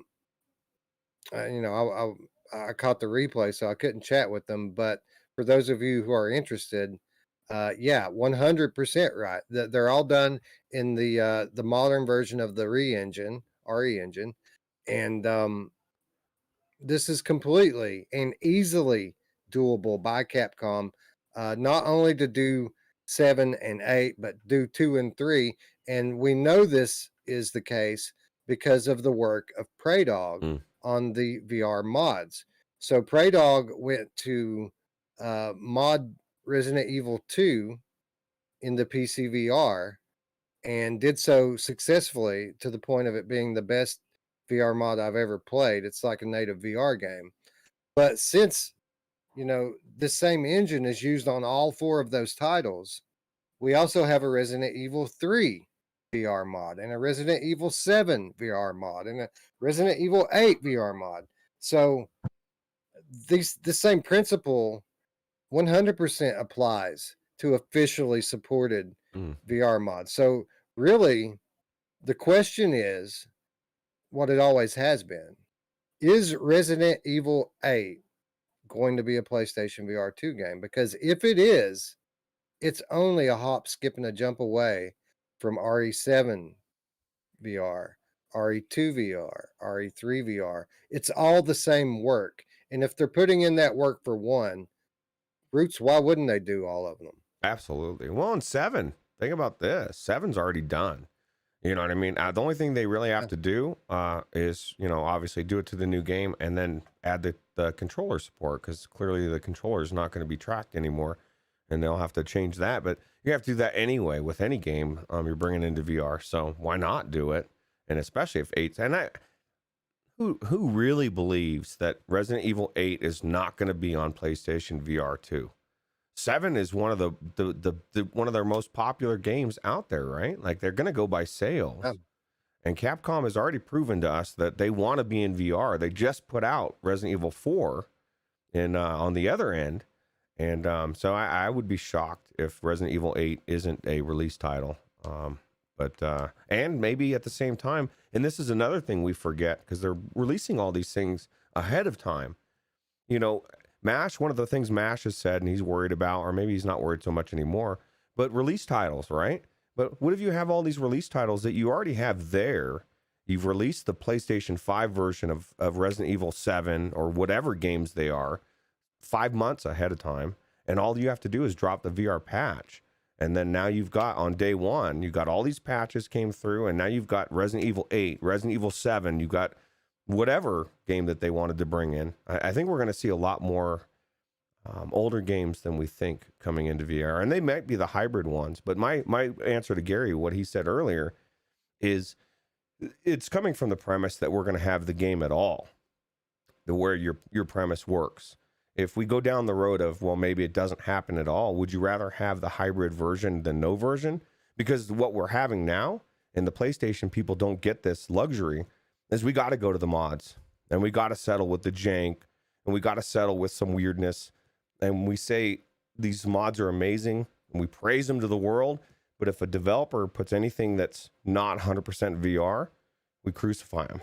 And it's almost like you've got a scratch on your leg, and you're like, oh shit! You cut your leg off right above it to get rid of the scratch, and you're doing yourself a disservice, I think, by being so hard. And I'm not saying you in general, because obviously there's give and play in that discussion. So yeah, I think we're more we're more taking the task, the comments and message boards posts of the past more than anything that Gary said here. But you're absolutely right. Yeah. Yep. Onakazi in the chat says, "Oh yeah, Praydog put up an RE7 mod test a couple of days ago." That's true, and our friend Jarillo posted that on our Discord. Ooh. I'm actually I just noticed that right before the show, and I'm looking forward to checking it out. I've been wondering when they're going to drop that RE7 mod, and obviously it must be pretty close. Oh man, being able to play that game in full VR is going to be amazing. Oh yeah, dude, with your hands, they're putting hand support in it, bro. Like, it's going to be great. That's crazy. That's another question too. The PSVR people are asking. They're asking all the right questions. Are we going to get all 4 of these games officially supported for VR? But I have the question, these ray tracing, higher frame rates, all of these features have been confirmed for Xbox and PlayStation. I say, what about PC? Is PC getting all of these next-gen upgrades too? And if so, is our friend Praydog going to be able to integrate them into the VR version? That's what I want to know. I thought I read something, at least on RE7, that it was going to have that stuff as well, but I don't remember definitively whether or not. That's just my mind making it up. Right. Um, Gary says, imagine a native GTA 5 VR for PSVR 2. Oh I my would God. absolutely love that. I think it would sell huge numbers. Yes, we often refer to this as the singularity. Whenever GTA VR online becomes a thing, that's it. It's over. Everyone's jumping in that. Everyone's buying headsets. That's going to be the greatest game of all time, and everyone's going to play it. Everybody lights up, man. People, just when I tell them San Andreas is coming, people do a double take. Whoa, GTA? You're right. That's going to be huge. And yeah, I think built from the ground up would be amazing. And Gary, I would say that that's not 100% unrealistic to think that that could happen. It may not be on release, but I think a GTA 5 is definitely coming to PlayStation 5, in my opinion. But depending on what kind it's going to be, is it going to be hybrid or not? That's a question, right? So. All right. Onakazi says they allowed Meta to write them a check and hire a separate studio to port it to VR. Not sure how much Capcom was involved, and he's talking about RE4. Well, here's the thing. That's kind of irrelevant because what we do know is that Capcom is making money from that RE4, whether they developed or didn't develop it. And the other thing that we know is that they are very pleased with the performance of RE4 on the Oculus store. It well exceeded projections for them, which means that they're going to be more likely to pursue future VR projects based on the success of RE4. Again, whether or not they had a direct hand in the development or not. So, yeah, I would consider it extremely likely that that not only that we get RE8, but we also get RE7 VR, RE2 VR, RE3 VR, and then whatever comes next. Yeah, absolutely. And Merce Robot's got a good point, Gary, saying that the alternate eye rendering is on Luke Ross's mod is not ideal, and I agree. Some of you can feel it more in other games than that he does than others. And then one of the things that my biggest criticism with him, and I get it, is he moves on to the next project so fast, and I'm sure everybody's hounding him. What's the next game? Let's fine tune the one you're working on, bro, and then move on to the next one. But, I think he needs to get a team going. He probably does now, hire 5 or 6 people underneath him and start his own company, man. For sure. Absolutely. But, yeah, I don't have enough experience in the Luke Ross mods to know how big of an issue this is. I know that Horizon mod was not the most comfortable thing. I got a lot of eye strain from it, and headache. Even though I had a great frame rate with it, like it still was not the most comfortable thing for me. So hopefully this Cyberpunk mod will be better. We are going to try both of the Cyberpunk mods, by the way. We're not just going to do the Luke Ross mod. We're going to check out the one Ralph made with the motion controller support as well, and see which one's better. So probably won't be this week. We do have Game of the Week to attend to this Wednesday, but I would say that that's a likely topic for the following Wednesday because I want to play it. Yeah, absolutely. Anyway, let's move along to the next headline. This one coming to us from Arthans VR. F1 2022 will reportedly add VR support.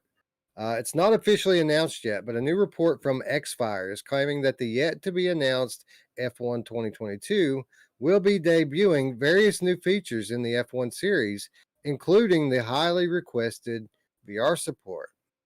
According to Xfire sources, 2 of the biggest changes for the Formula One title releasing this year will be the removal of its story mode, which will be replaced by what's called F1 Life, a new player hub which allows you, the player, a more behind the scenes at the lives of the actual Formula One drivers, with luxurious items up for purchase and collectible in the game, such as expensive watches and designer glasses, as well as supercars that you'll be able to drive. Anyway, the article goes on to detail a few more of the new features that are projected for this F1 racing title. But the big takeaways here is that one, this is a game that's comes to us from Codemasters, which are behind a lot of the big racing games on PC and console, including Dirt Rally. And two, that it is going to officially support VR. And Roots have never really been in to Formula One, but what I can say is that this is just another in you know indicator of the state of the VR library. That this is kind of a new sport, even though it is a racing game. This is kind of a new sport. This is an official Formula One title that's going to have VR support. It's kind of a big deal for people who are fans of F1. And while it's not the biggest thing here in the United States, F1 is huge in Europe. Yeah. Yeah, it's actually pretty big, and just in general, because this is the thing. You go into somebody's house, and I think tech's got a setup like this, and I see it all the time. They'll have a steering wheel, the rig, and they've got like 3 or 4 monitors, right? And they've got this huge view, and they're thinking, man, this is the life. I've built the best rig ever for racing. And every time I look at it, and I'm thinking, dude, you're like still looking through the window. You know what I mean? Like, you get in VR and now you're in the actual car and it's all around you. And a lot of these people haven't realized it yet. And so that's why I think these sims, especially with steering wheels and rigs or whatever, is huge. It's going to be one of those, the easiest group of people to get to eventually come into VR over time. Once it becomes a big deal and people really see it for what it is, like, how do you not? It's like the enthusiast that loves racing games that doesn't even bat an eye to get those monitors and set up that rig. Now they just have to pick up a headset, and at least the monitor set is going to be cheaper, $300 for that headset versus 3 different monitors or 4 or however many people set up is huge. So, What other than VR would ever get me into F1 racing? But this could absolutely do it. And the cool thing about this is, we already have a metric shit ton of racing games in VR, but Formula One is different. This is a very different prospect. These are not your typical, stock cars. These are cars that are extremely fast, and even the perspective is different as these cars are extremely low to the ground. This is going to be a different experience for those racing enthusiasts. And as someone who spent a pretty healthy chunk of change on a wheel this past year, I'm hopeful that something's going to inspire me to kind of hook that thing up and get into it. And this very well could be the thing. that's cool, man. Yeah, I don't know. Maybe I need to look at it. I need to have an actual frame to hook it up to. I think that's the problem I had. Well, I mean, it helps, I'm sure. Like, I couldn't imagine hooking this thing up to a table It's a it would nightmare. break immersion just having a top heavy table rattling around while you're trying to play. Yeah, it's a nightmare, and you're like, is this thing gonna fly off of this thing? It's breaking. It's crazy. Yeah, and the frame, the one I got's really sturdy, and it was only like 40 or 60 bucks. It wasn't very expensive. Yeah, it's not bad. I was thinking earlier today that we need to make it a point to kind of use our racing wheels here sometime pretty soon, because Eric bought his right when I bought mine, and he's used it about as much as I've used mine. So we need to make it a point to play some of these games pretty soon, or Yeah. at least at some point, relatively soon. Yeah, I agree. And Scion's got a good point. VR makes genres we'd found dull and flat now exciting. And that's exactly it. It could be a game like Squadrons, where I love flying. I used to love those type of games, and I kind of gravitated towards it. And then we went back and played some multiplayer the other day, and I was like, oh my God, I forgot how much I love this kind of TIE fighter, one, I guess it's 5-on-5. It was really cool. There's just so many great titles in the VR library. Right? Like, it's not like it used to be, where you could count on your fingers and toes all the great games in VR and kind of rotate between them. There are so many good games in VR now in so many different genres that we literally forget about them, right? We move on to the next thing and the next thing and the next thing. And before you know it, there's a AAA game from 6 months ago that we absolutely loved that we never picked back up. This is like my daily experience as I go through my catalog now. It's like, man, I forgot how good that was. Yeah, and it's crazy. And then we have stuff like the next topic, right? Where the fan created stuff is better than half. I haven't even tried half of the mods out there. It's amazing. It's crazy. Well, this next thing, it's pretty incredible, and I mean, fan created might be a little bit of a stretch. Oh, that's There's true. there's a studio behind this, but for what it's worth, this is a mod, and man, does it look amazing.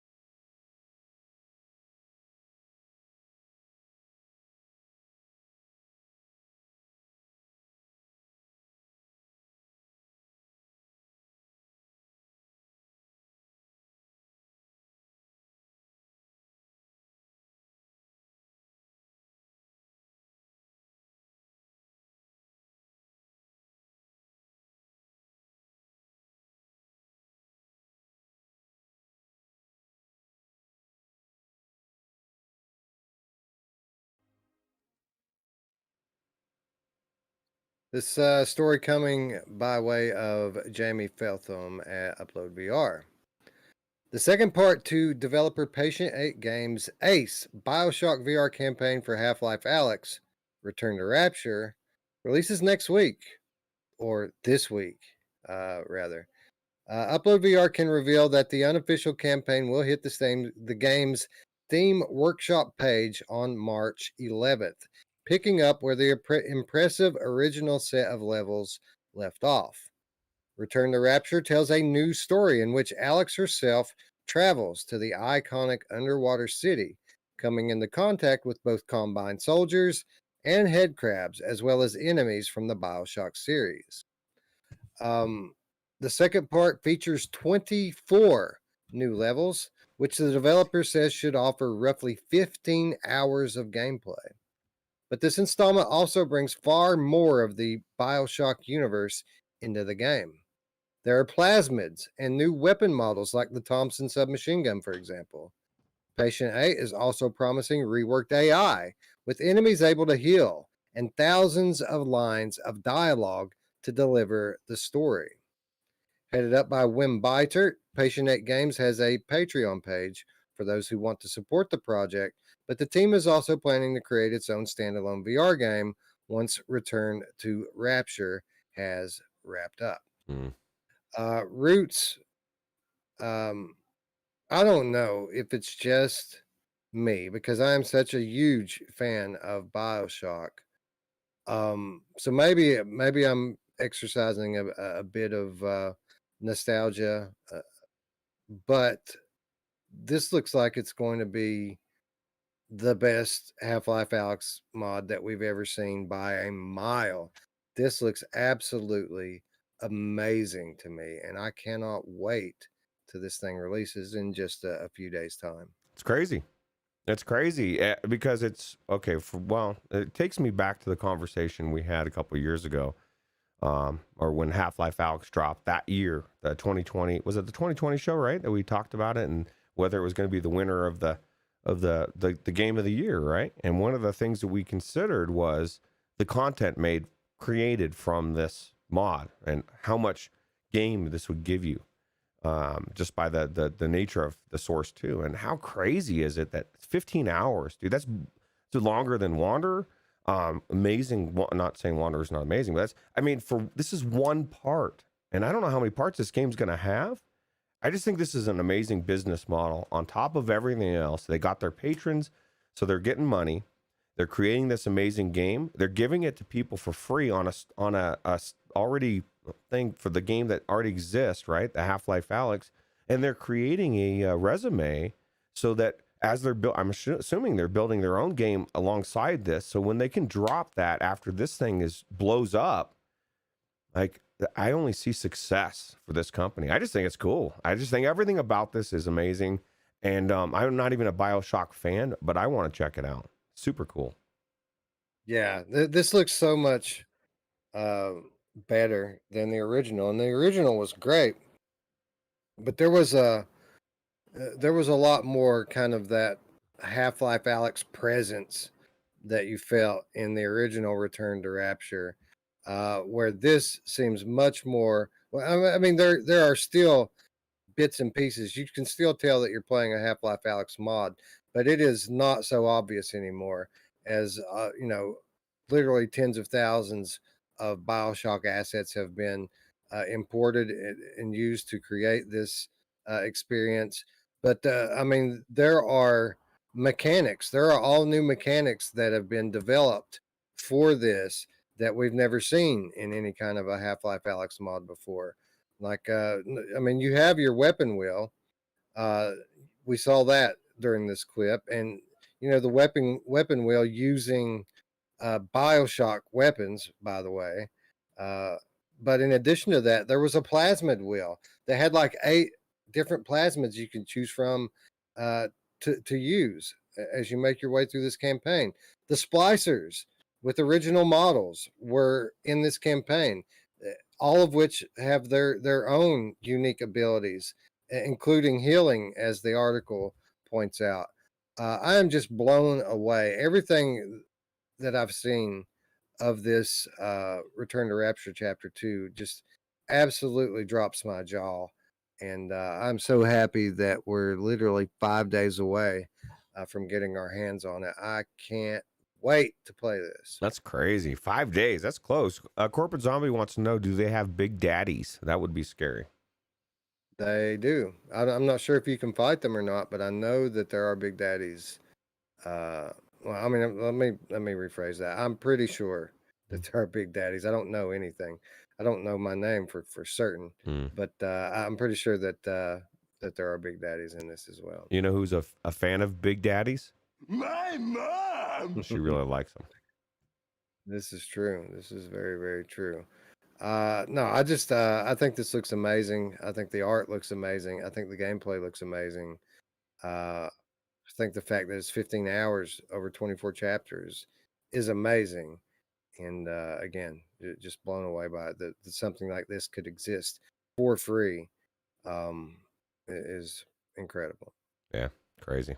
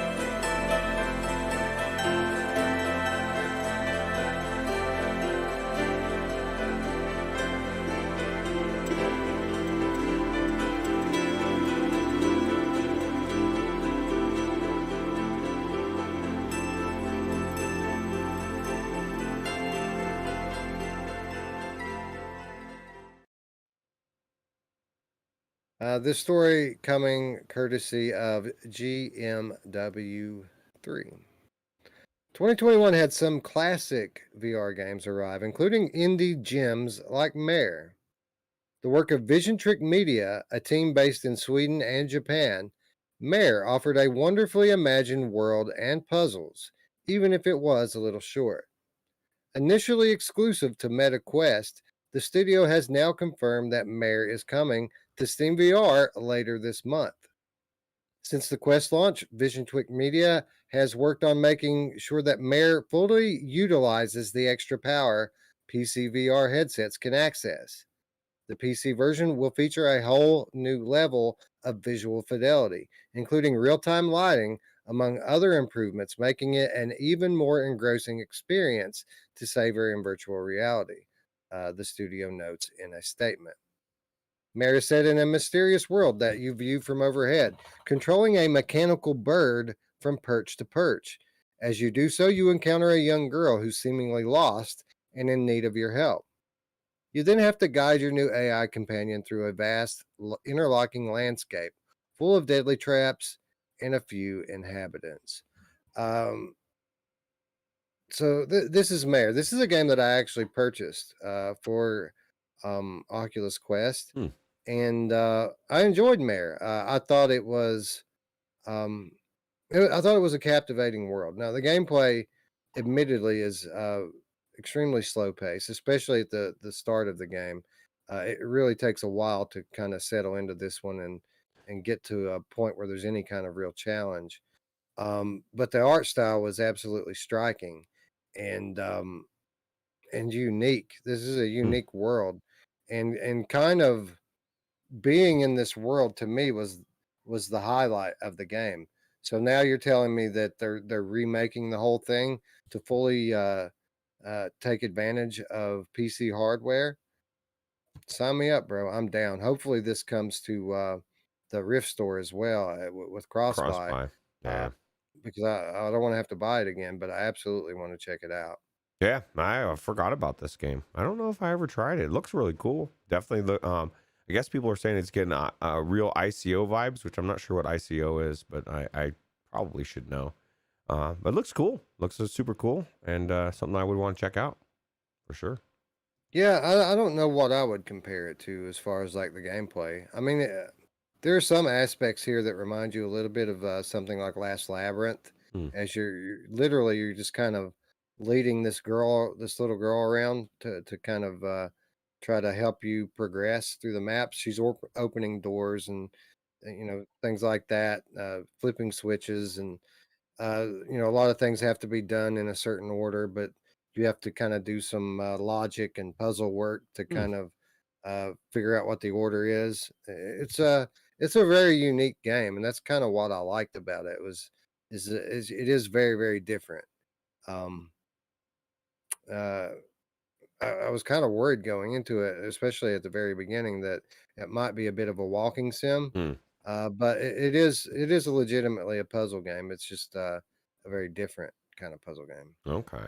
Okay. Well, apparently it's called Ico, and it's a prequel to Shadow of the Colossus, which I did not play that either. But cool. I mean, if it's something that people really love, so it's cool that it's coming to the Steam, and hopefully it is cross buy. Hopefully it's coming to the. I can't see it not coming to the Rift store. That would be weird. So. Well, I did see it and noticed it a couple of months ago on Viveport Oh. as a part of like a festival Okay. event that they had going on for one of these art festivals that they like to do from time to time. And that kind of tipped me off that this was coming to PCVR. I probably should have played it then. I was a little bit worried that it might just be a demo. And, having played deep into the game already, I really wasn't interested in checking out a demo of it, especially, at that time, I didn't know that it was being upgraded for PC. I thought that it was at least possible that it could be a straight port. And we now know that that's not the case. Hopefully, if this does not come to the Rift store immediately, hopefully it's still available on Infinity, or at least comes back to Infinity. Yeah. Absolutely. Well, Veraza said that he watched PD play a lot of Mare, and it was its own style. I think that that's a very accurate description. It is very much its own style. Yeah. But anyway, I dig it. You know, I do have a bit of a unique taste in games, but for what it's worth, I enjoyed it. Took a while. To get into it, but you know, after you get into this world, it really starts to take off when the dark forces start to come into play. There's a slow burn in the beginning, right? Then takes Slow off. burn for sure. Okay. Slow burn for sure, but it does take off. Cool.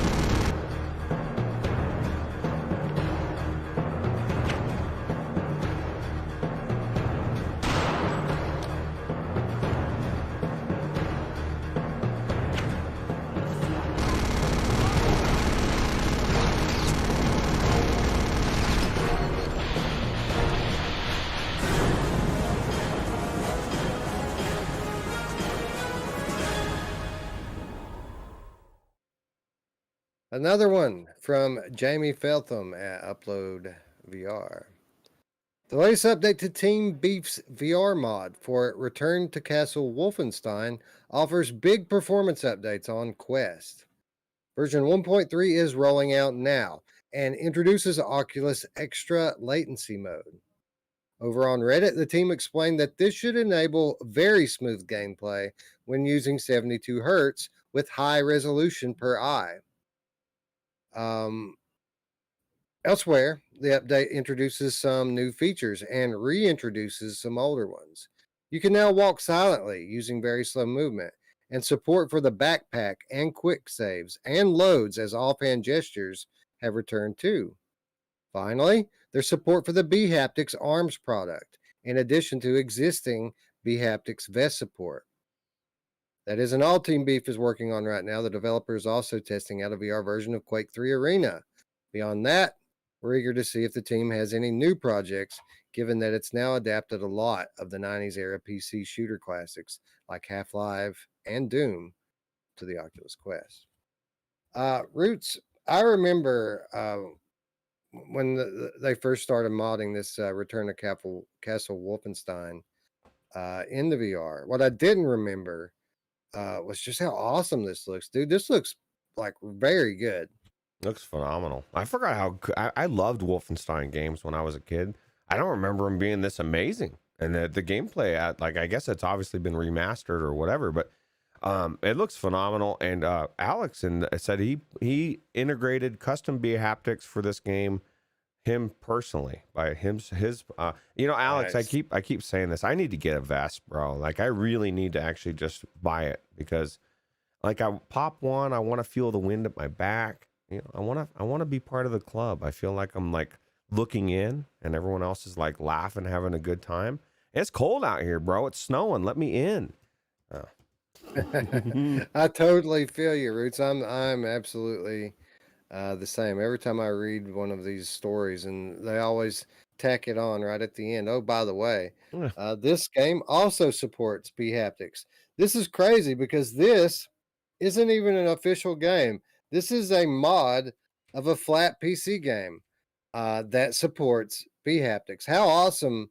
Not only is Team Beef But how awesome is our friend Alyx here for getting this done? Absolutely. And that's the thing, man. This is the next level. They're finally, we talk about this with peripherals and with any whatever it is, whatever you want to use, whether it be a wheel or a gun stock or a HOTUS.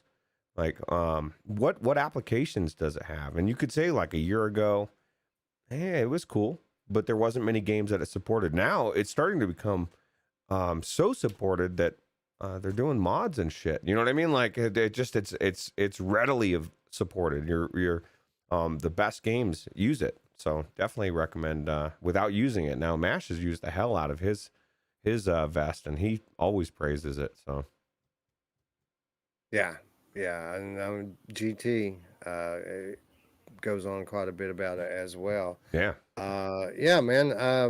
I want to try it out. Like I'm you said we you were talk about. hardware hungry. This is, I mean, it's not really a headset, but I know it's just so expensive. It's just so expensive. That's the thing, dude. If this were like $500, it'd be one thing. But like this is an expensive setup. it's true. So I don't know. Maybe one day. When you Maybe win the one day lotto. soon. Yeah, right. Anyway, this Wolfenstein game, something you want to check out pretty soon? Hell yeah, dude. This is the game that I want to. Mash says he loves the vest, but he needs the X40. Well, if you get the X40, Mash, send me the little one. I'm 5'9". Oh, it would fit me perfect. Yeah, no, I just the video alone. If you would have told me about this, that it was coming out without me seeing any video, I'd say, yeah, I want to check it out. But after watching that video, how do you not want to check it out, right? Even Wolfie was like, oh my God, this is Team Beef. Like, cause he's all into the guns, right? It looked phenomenal. It looked like a made from the ground up VR game. It looked that good. So Absolutely. So we'll add this to the list, right? Mod year. Yeah. Mod month became mod year like super quickly, and we'll have to put this one on the list. Standalone quest title too. That's the cool thing about it. what's crazy is there's so many games, so many amazing games being modded into VR. Like like the days of not having AAA games, and yes, I would consider this AAA. Maybe it's an older AAA, but the gameplay is phenomenal, and it's going to keep you looped in. So, Greg's VR says, "Where's that Alyx VR? Where's that discount, bro?" Yeah, I know, right? We need to get that friend discount going on. Maybe we'll cover it. Maybe we'll cover it really soon. Yeah, that'd be cool. Immersed Robot VR is expensive in general. I can barely keep up, bro. I feel you.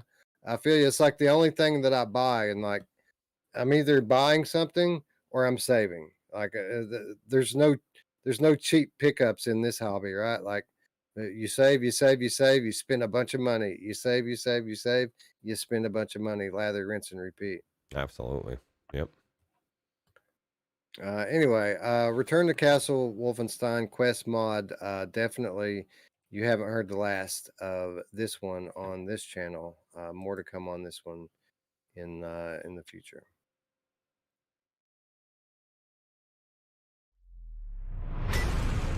This is Echo 09. We have hostiles moving in.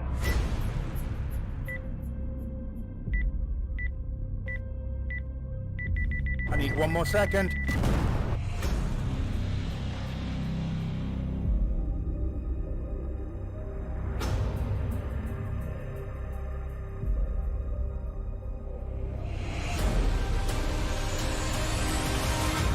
Sniper!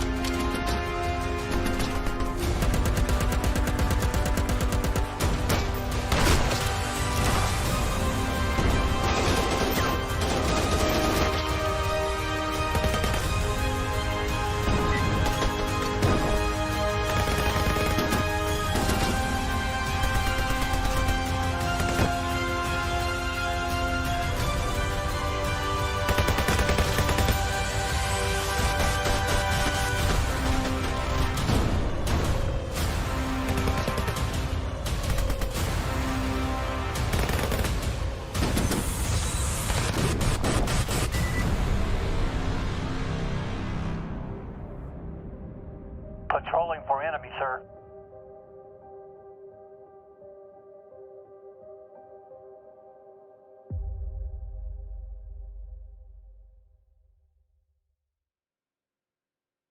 Modern era multiplayer shooter Alvo is making the journey from PSVR to Quest 2 later this month. The game will arrive on the standalone headset on March 17th via the official Quest store. It will cost $24.99. So here we are, Roots. We've known this day is coming for quite some time. Alvo, kind of the latest entry into that, modern military versus multiplayer game in VR. I was, this game took so long to come to PlayStation VR. I got to be honest, I was a kind of skeptical, how this was going to turn out. Either I expected it to either be not the best port or to be a port that took years to come to fruition. But judging by the footage in this trailer, looks like they've done a pretty solid job on Alvo. Do you think it has any kind of a chance to kind of dethroning a game like Contractors that so many people in our community like to frequent on a regular basis?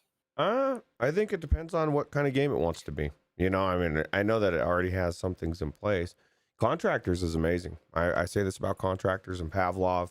I love the maps. I love Call of Duty. I love going into Nuketown and feeling like I know I've been here so many times when I've played flat. Now I'm actually in this world. But what it doesn't have that Call of Duty has is the action. Not the same. It's different. It's just like every other VR game.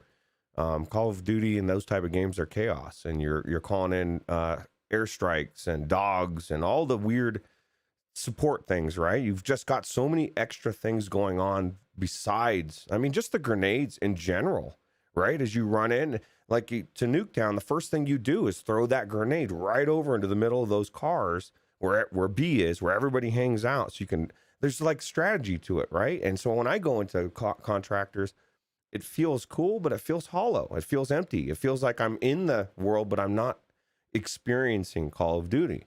Whereas Alvo actually has those kill streaks and has aspects to it that when I originally watched the trailers and the gameplay a year ago, I thought, oh my God, this is cool. And one of the biggest gripes that we had, and correct me if I'm wrong, with the Alvo release on PlayStation VR was the price, right? It was not $24.99. And we said right off the bat, that is too expensive.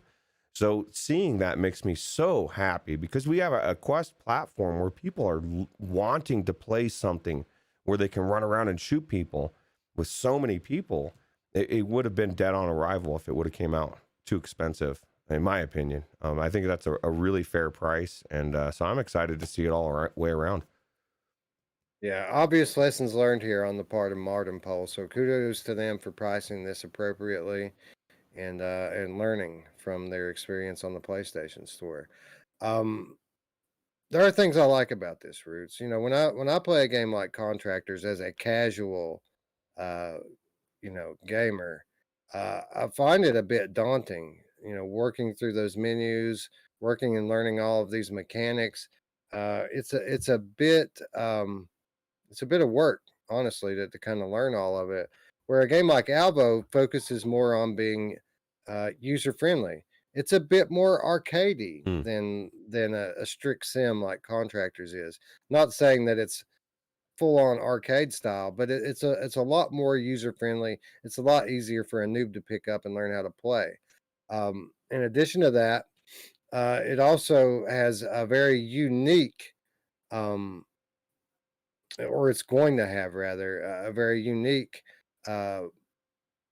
community going on with it, because whereas a game like Contractors kind of integrates its PC community with its Quest community, this game, while it's not going to be available at launch, very soon this game is going to feature crossplay between Quest and PlayStation VR. So no PC guys in here. So there's not going to be like these these guys that just live on their PC, kind of owning everyone who's playing on Quest, but rather you're going to have kind of the two console based communities playing together, which I think is a cool and unique situation for VR. Yeah, I think so too. I think it's just going to be it's going to be good. I think we need this. People are talking about it being like you said, a little bit more arcadey.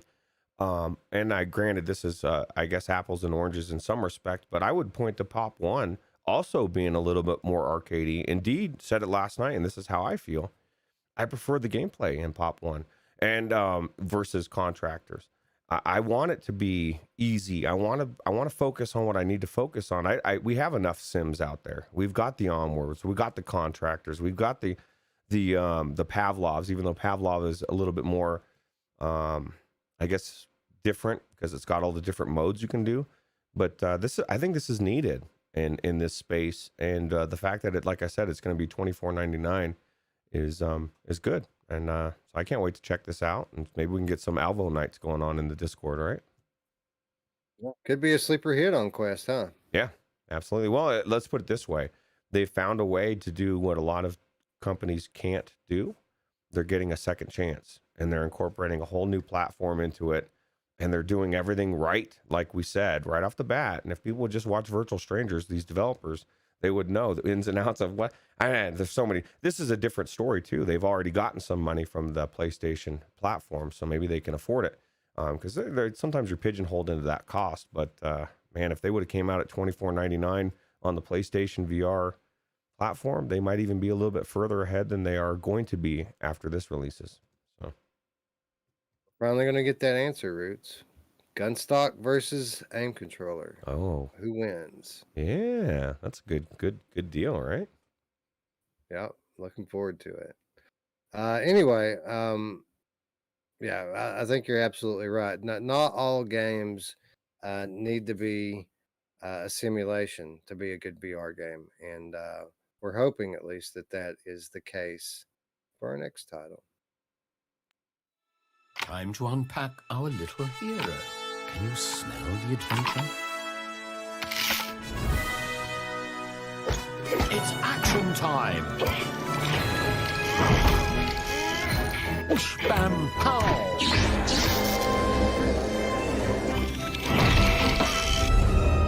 The hero falls, only to return even stronger. A thunder rolls, a villainous laugh echoes through the night. Well, this can't be good.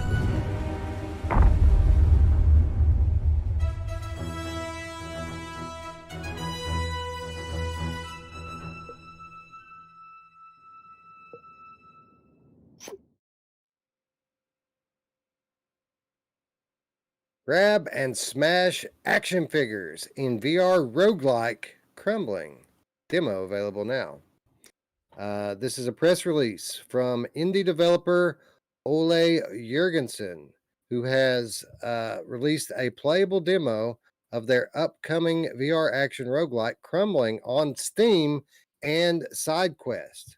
Get ready to experience Crumbling's unique third-person movement system where your controller becomes the character. It's as intuitive as waving your favorite action figure through the air. The Crumbling demo is now available for Oculus Quest 2 and Oculus Rift S. Crumbling lets players manipulate the magical toys of Mr. and Mrs. Crumble. Their famous Crumble Crafts and comic store is in peril after the evil minions of Bose Corporation have stolen the magic that makes their enchanted figurines come to life in order to amass an army of vicious tiny toy monsters. In order to win the fight, reclaim the magic, and save the store, players must wield these extraordinary knickknacks called the Crumblings. Their fate is in your hands, literally. Roots, so this is interesting. It's a VR roguelike that has you holding an action figure and interacting with the game in that fashion. It's basically Yuki, except instead of being an on-rails bullet hell shooter, this is a hack and slash dungeon crawler, and from the looks of it, it looks very, very polished and very, very cool. Yeah, What do you it looks super cool. I was just telling you during the trailer, like to me, I just everybody when you were a kid, you want like grabbing a action figure, pretending it's doing whatever. Now you're gonna get to do it in VR. I think that's cool. And you know, I guess Gary's basically saying that words like roguelike put him off, and I get it. Like there's been a lot of roguelike that are shallow, but the depth of these games keep getting better and better. It's really going to be it has to have more. There has to be more to it. Like is something building? Is your character getting stronger every time you start? There's so many games that are doing that they can actually incorporate it to where that's a good thing. Every time you go on is a different adventure in these dungeons, and you're getting stronger, and maybe you're making your way to the epic boss. Right? It's interesting because it looks simple to some extent art wise, but recently I bought Cuphead, and I've been sitting in there streaming it to the Discord, and Technoglitch comes in and says this looks like a game that's $4.99. I said, well, first off, it's $20, and it has one of the best reviews and gameplay, and it's super cool. The art, the music, the story. Sometimes it doesn't need to be flashy. Sometimes it doesn't need to be, AAA. Sometimes some of the best games I've played have been indies, right? In flat and VR. And so I think it's got a very unique twist to it. So I'm kind of interested. I know Mash is probably really looking forward to this since he loves Yuki so much, right? Yeah, if we can get him to stop playing the Garden of the Sea long enough to check it out. Or that, and he's been torn between that and After the Fall, for real. Right. No, man, I think this looks cool. I think it's awesome that there's a demo available now, like on Steam or SideQuest. Pick your platform. I find it kind of interesting because this looks very polished. I'm surprised, but how many times have we said, why isn't this on the official Oculus store? Like God knows how they make these determinations. But speaking directly to what Gary said, I used to have that very same reaction. Whenever I would hear roguelike, I would just tune out because what roguelike used to mean to me is a lack of variety. It meant repetitiveness. It meant something that's going to get stale very quickly. And that's what roguelike used to be. But I've gotten to the point now, since I've, experienced the last couple of years of VR, that I've played enough amazing, not just good, but amazing roguelike experiences that I no longer have that reaction anymore. It's not something that puts me off anymore. The developers have gotten good enough now at making these roguelike games that the things that kind of used to define that genre to me are just not the case anymore. So when I think roguelike, I think about In Death Unchained. I think about the persistence. I think about Cosmo Dread. I think about Sweet Surrender. I mean, we could keep going. There's so many great games that, Outliers coming up next week. Another amazing looking roguelike game. I no longer have this adverse reaction. And in fact, quite the opposite. I mean, Returnal Roots. One of the best games. I was going to say one of the best games I've ever played is that way.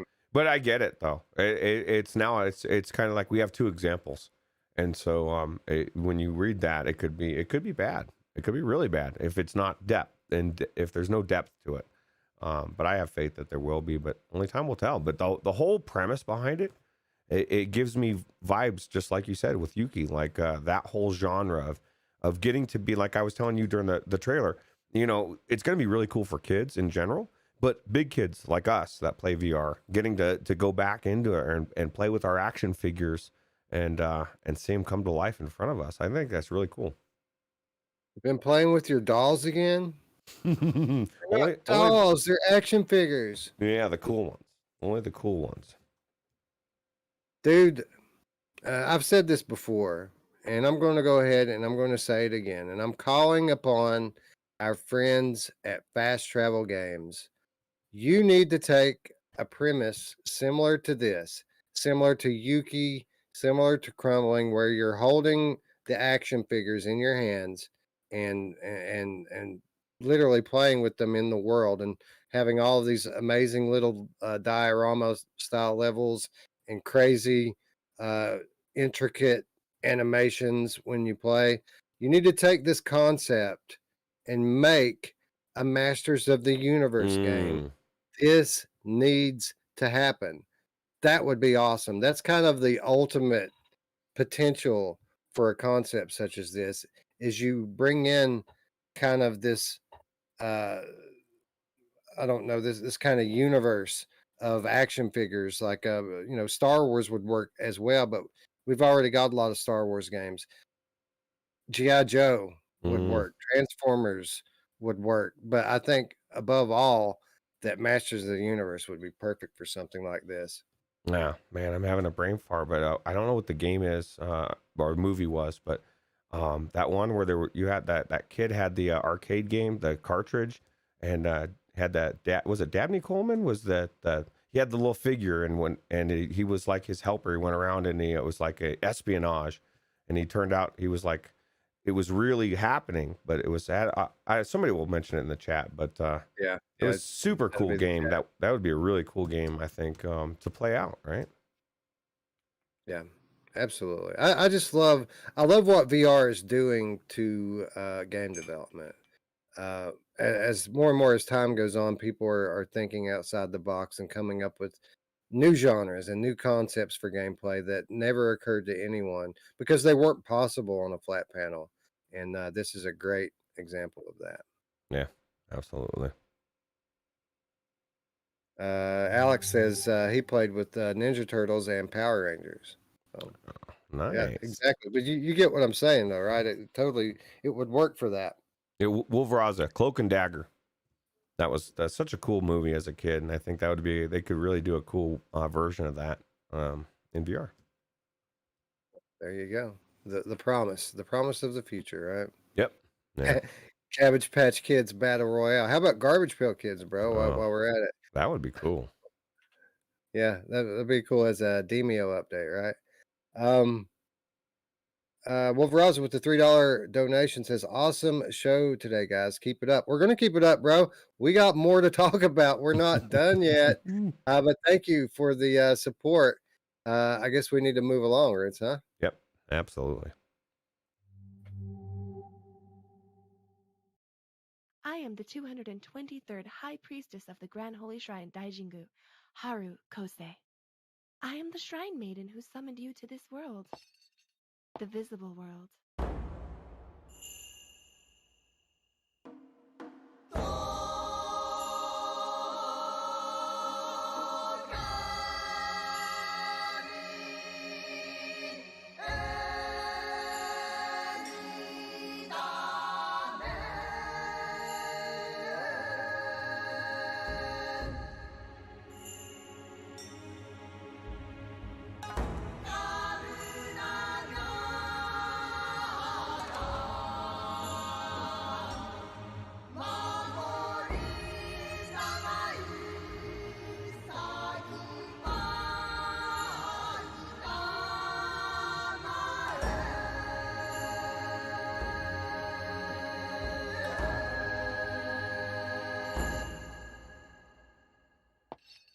In short, this must be fate. There is no doubt in my mind that you must have been summoned here to save me. I have very good intuition, you know.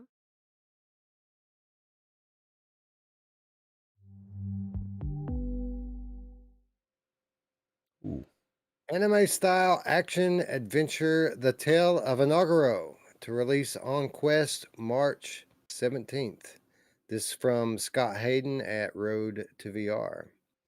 Earlier this month, Amada, the studio behind VR escape room Last Labyrinth, announced a new action adventure title for the Quest platform called The Tale of Onogoro. The studio has now confirmed a March launch date, releasing exclusively on Quest and Quest 2. Amada announced that The Tale of Onogoro is officially launching on Quest platform worldwide on March 17th, 2022, priced at $30. In addition to its native Japanese language, the game also supports English, French, German, Korean, and Spanish. Roots, we covered this game probably about 2 or 3 weeks ago when it was first revealed to the VR world. And this is just a great example of kind of how the VR promotion cycle works. You know, I was talking to Eric not that long ago, and he was a little concerned about content. This was kind of like the first or second week in February, and he's like, "There's not going to be anything in March. There's nothing in March. What are we going to talk about? There's nothing." And as we can see, as this week's show points to, like, not only is there not nothing, like, there's a lot, and that's because of the way things work in VR. And this is a great example of this. Like, we learn about this game, it looks pretty cool. Now, 2 weeks later, we haven't announced, the launch date announced, and in another week, we're going to have this game in our hands, and this all is in a span of about a month. It's kind of crazy how fast things work sometimes, isn't it? It is crazy. It's crazy how fast things work. Crazy that scene just decided to spaz our cameras out, although now it's fixed in real time. But man, what is it? Does God want to stress Roots and give him a heart attack? But yeah, no, this is cool. We've been waiting for an actual good anime game. People love this genre, right? It's not my genre, but it's super cool that we're finally, it looks like this is going to be something that is going to be different than the rest, right? Because most of them come out, they're overpriced, and the anime lovers love it, but you or I would be like, nah, I ain't playing this. So this one might actually get me intrigued to check it out, you know? Yeah, and a lot of these anime type VR software, it tends to be more on the experience side of things, where this is a legit game. You solve puzzles, you battle giant kami beasts. You're going to wield celestial weapons to help Haru deactivate the divine boundaries and quell the kami. I don't know, man. A lot's going to come down the gameplay in this. But as far as like the look of it, I think it looks really cool. It looks really polished. I think it's all going to come down to the gameplay. You know, how intuitive it is, how fun it is. We won't really know until we get our hands on it. But where I typically overlook these anime type titles, not the case here. I am kind of interested in checking this one out. Yeah, absolutely. And Radioron says it looks like garbage. I mean, this is the thing for me. I'm not a big anime person. It actually looks intriguing to me. It could be good. Spry Guy says he doesn't get the old anime thing either, and that's the thing. It's an age thing. Like my son's age loves it. My friend Josh, who's close to 30, he loves it as well. People our age, most of us don't. It's just when it was introduced to you, right? It's like watching a movie like Goonies. Some people just don't appreciate how amazing it is just because of their age. Yeah, my daughter was into the anime for a while, and all her friends are like heavy into it. So yeah, you're exactly right. It is generational. But now what really intrigues me, I mean, I don't know if you noticed, but some of these bosses in this thing are absolutely massive. I mean, they are big, bro. And you know how striking that can be inside the headset.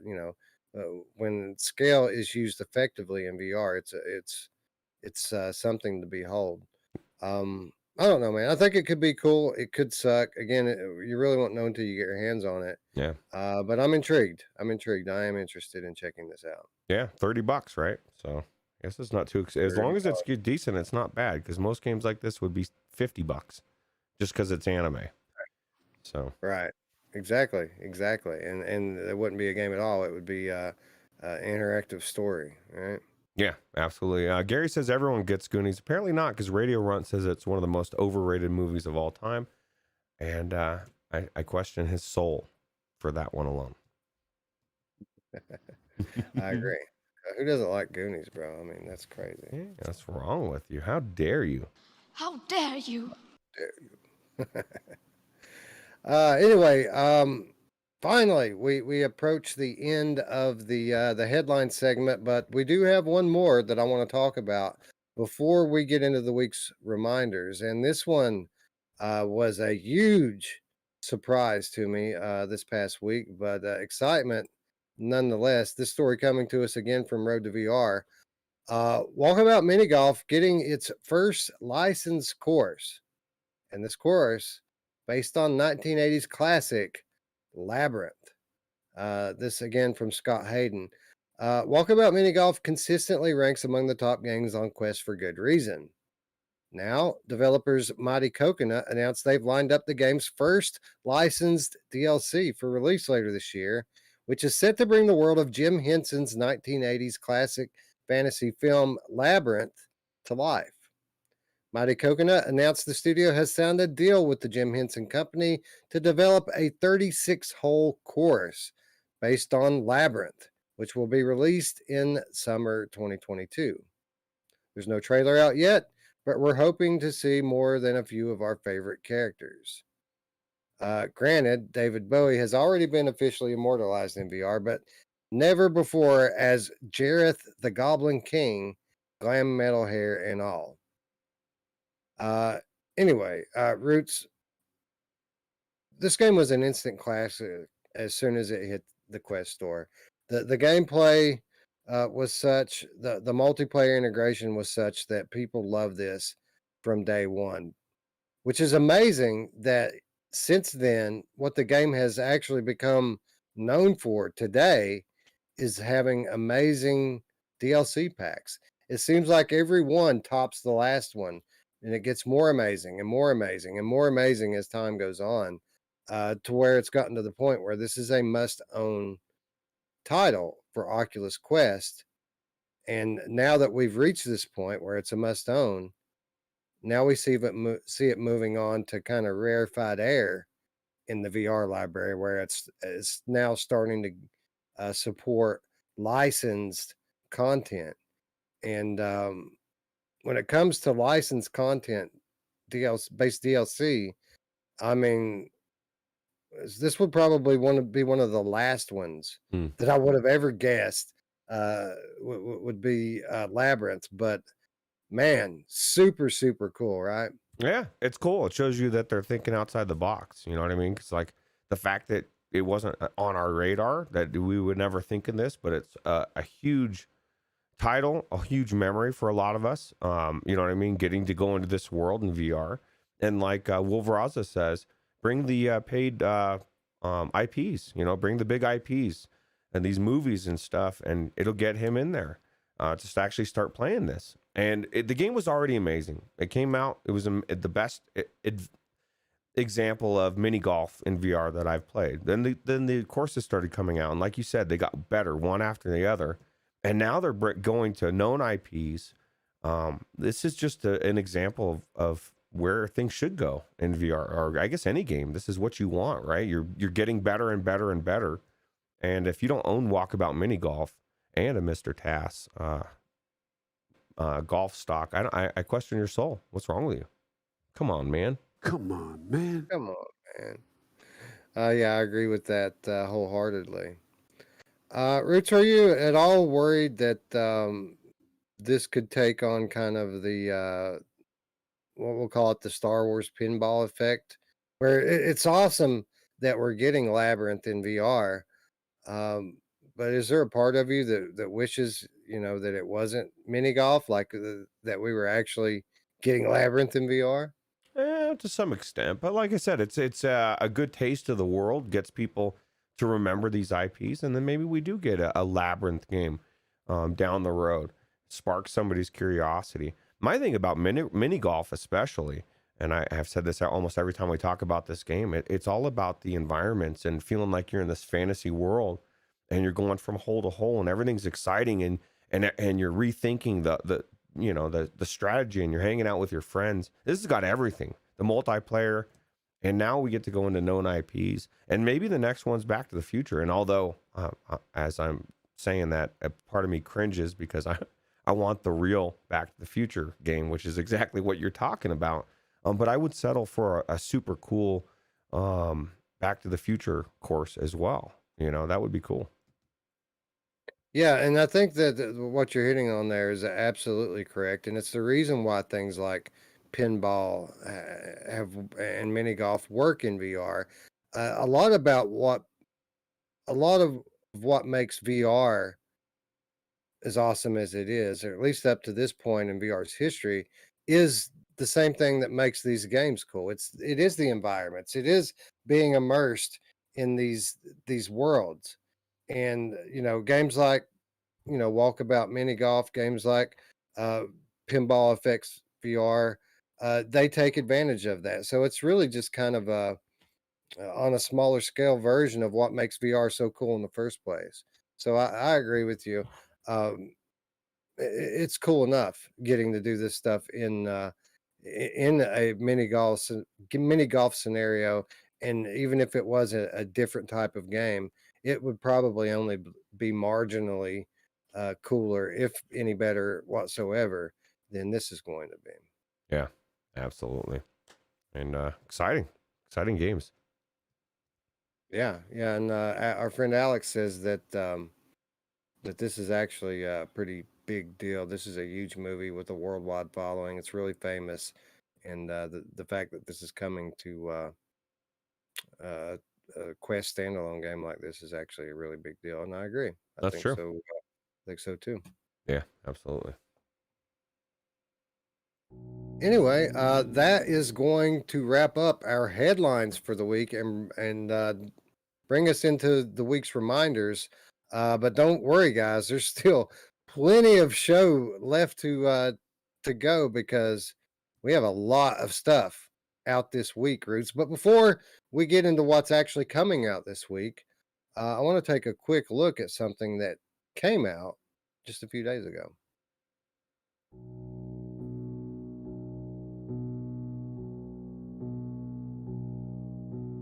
Tempus.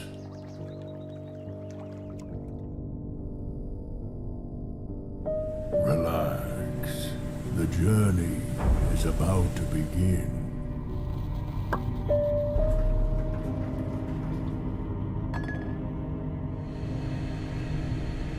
No stress.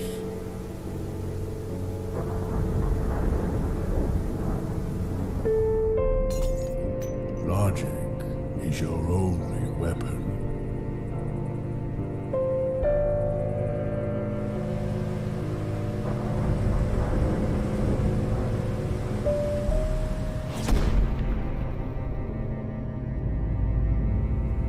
Travel to the future.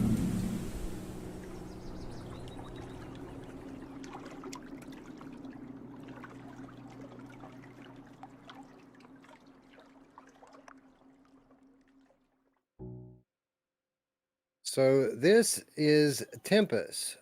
This is a flat puzzle adventure game that also supports VR. That just launched this past week on March the 2nd on Steam. This is a puzzle adventure game with time travel. Each time you advance, you'll see the island where you live change over thousands of years.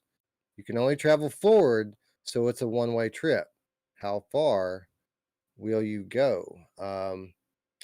And the description is as follows: You are the only citizen of Tempus, a small island far from civilization where you live a quiet and carefree life. One night, everything changes as a blinding light appears, along with a thunderous sound. As you approach, the light disappears, revealing a portal and some basic instructions. As you enter, you discover it's a time travel portal and you appear in your home, but 200 years in the future. You soon realize that this is a one-way trip as you cannot travel backwards in time, only forwards. So, Roots, we have an interesting puzzle game here that incorporates something that we love in VR, although we don't get nearly enough of it, and that is time travel.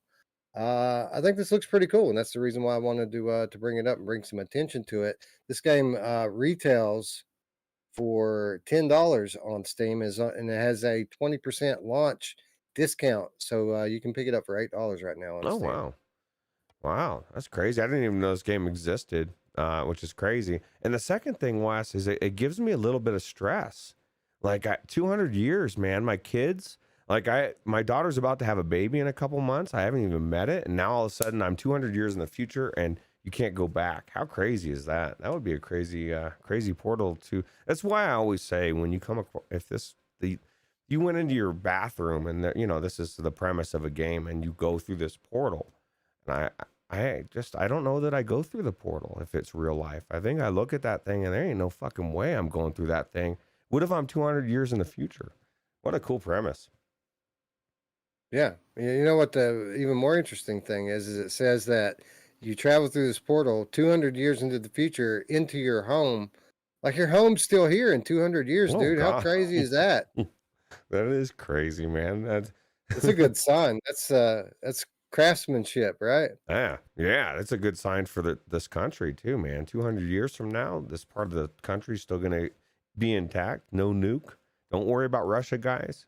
This game says it's not about to happen because my house is good. At least not in Colorado Springs. Scion says, I think I'd rather play through Talos Principle again. I've never played Talos Principle ever. So, yeah, that's one on my list of so-called great VR games that I've never played. I have it, never played it. I think I might have gone into it there. And Spry really has the big question. He says, just that statement. Think about how long Ruuts' beard would be 200 years from now. I'd be like, what is that one chick that has the hair? Except it'd be my beard. That'd be cool. Dark Angel says she's all in for that price tag. I know, right? $8. Like I can go get that from my couch right now. It looks like it's a cool. The premise is cool, and it sounds cool, man. Peaceful. You're just enjoying your life in this cool island, and then everything happens, and now everything's not so peaceful. Right. And the cool thing is, again, this is a flat game that's VR supported. Like we could either, going back to the little debate we had earlier, we could very easily not have this option to play this $8 time travel adventure in VR. But we do, in fact, have the ability to check this out, even if it isn't, the most VR-centric game in the world. I'd much rather visit this world with a gamepad in my hand as not. Yeah, absolutely. And Radio Run says Rip Van Winkle. Him too. So there you go. That's crazy. 200 years, man. That's a long time. PD says that imagine the mortgage repayment over 200 years from now. Oh, God. Especially these days. Good thing I don't have a mortgage, bro. Yeah. That's the best way to live, right? And then you got a wife that knows how to make bread from scratch with actually picking grain. And I mean, dude, like you have maybe you do have an idea how awesome that is. I do. My wife is amazing. She can make bread from scratch. And she does timestamps too. It's pretty she does awesome. Everything. Yeah, she's awesome. Sounds like Michelle B wants to know if it's a game or an experience. Sounds like it's a game. Like there's puzzles and stuff. So yeah, it's a game. It's a game. I don't want to speak too much on it, and having not played it, but it seems to me like the time travel aspect and the fact that you can only go forward is kind of a intricate part that's going to play into the puzzling in the game. But I don't know. I haven't played it, so I'm not sure how much they're going to leverage that. But it is 100% a puzzle game. So yeah, cool. Anyway, that was out last week. Lots of stuff out this week, and that's not to mention. I did not add in here the Return to Rapture Chapter 2 that we talked about earlier. That also is coming out this week. But we have some legit releases coming as well.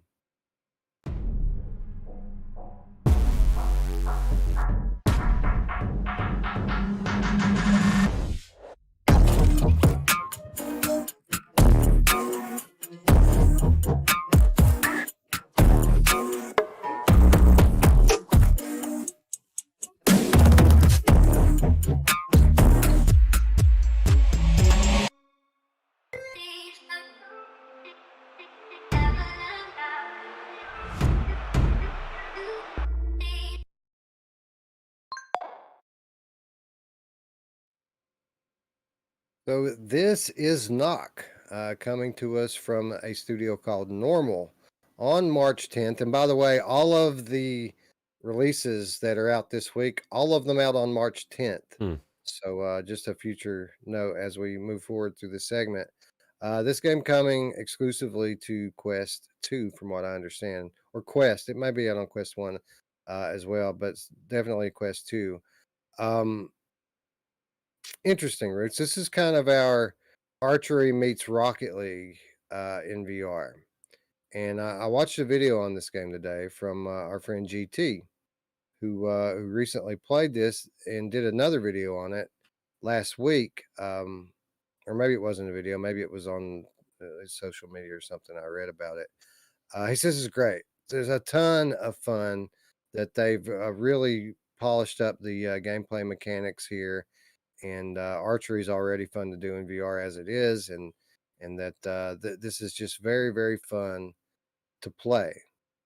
Not all sunshine and roses, though, as you know. You have one avatar and one arena, so it's basically everything that you're getting here. It's all about the gameplay. There aren't a whole lot of different aesthetic things that a lot of people found value in. But he went on raving about this game last week before he knew what the price was. Oh, And then he got notice from the developer that they're planning on launching this for $25. And then all of a sudden, his attitude toward it changed, because it is great. It is a lot of fun, but it's very limited in terms of content. And he felt like maybe $25 was a lot too much for it. So fast forward a little bit in time. Here he is sitting on the precipice of releasing a video, basically being critical of a game that he loves based on price alone. Instead, he did a video today basically comparing this with other multiplayer games. He talked a lot about Space Junkies and how great of a game it was, and how it failed based on launching at a price point way more expensive than it should have been, and the effect it had on that game, and how it pretty much killed it right away out of the gate, so that even when they dropped the price, it was already too late. The game had already died.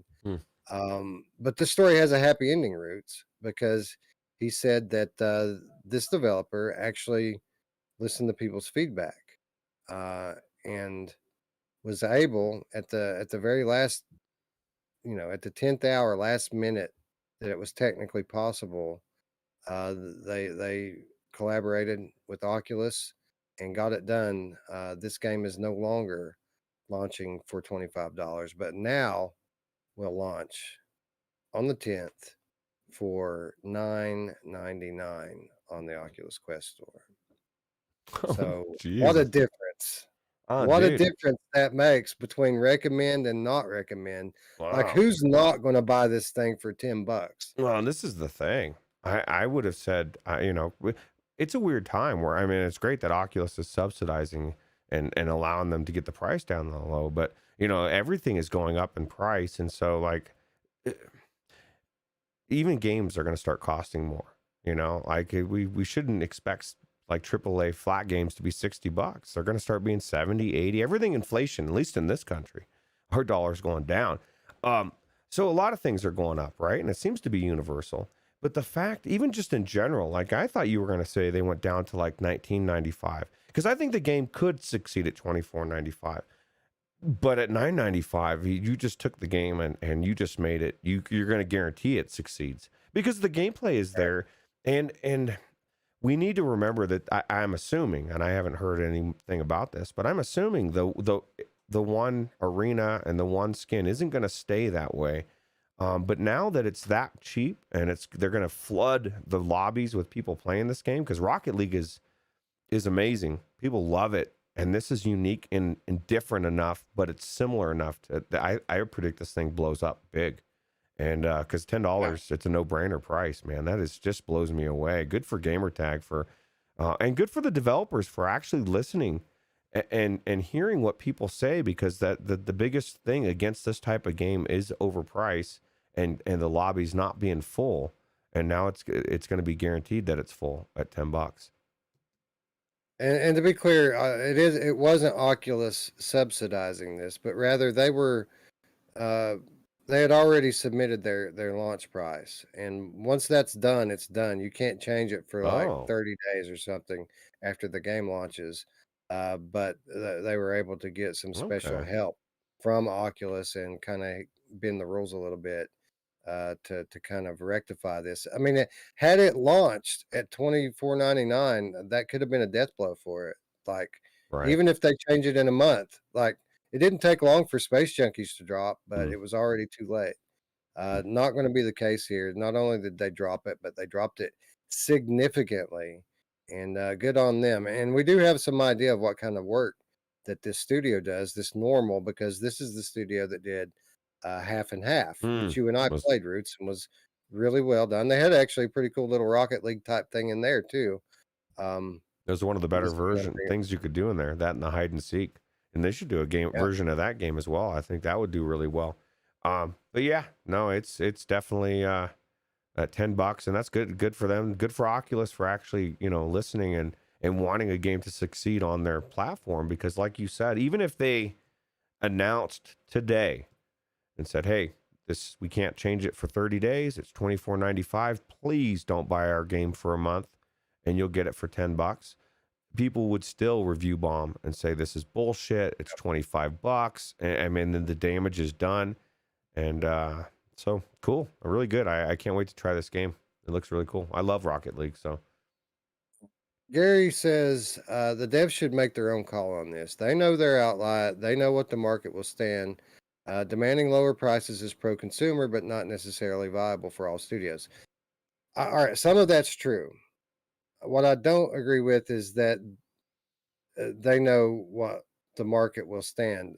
My experience in dealing with a lot of these developers over the last few years is that they don't understand the competition in the VR space, where literally new players that are coming in, and we have to remember that this is a rapidly growing platform, and that the majority of players are new players, and these new players coming in to the marketplace right now can literally catch some of the greatest games of all time on sale for $10, $15. It happens quite frequently. So this is what studios have to compete with, and a lot of these developers don't quite understand that.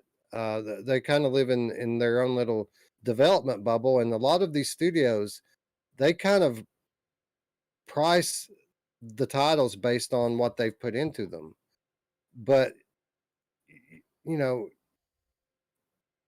a lot of in many cases that we have witnessed firsthand, developers who are kind of pricing their product based on what they've put into it are shooting themselves in the foot, because you can say I deserve X profit margin for each one of these I sell, but if you're selling 20% of the volume at this price point that you would be selling at this other price point, then you're actually limiting your income.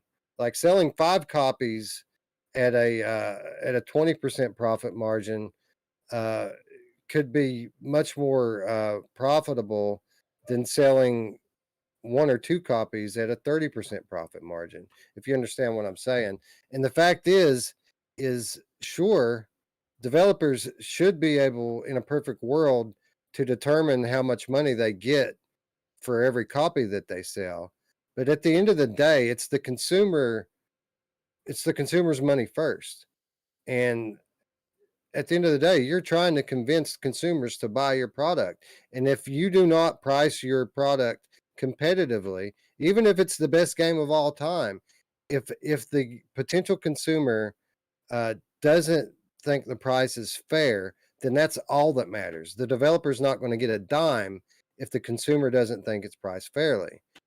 So I agree that the developers, you know, they should have 100% total say in what the price of their product is.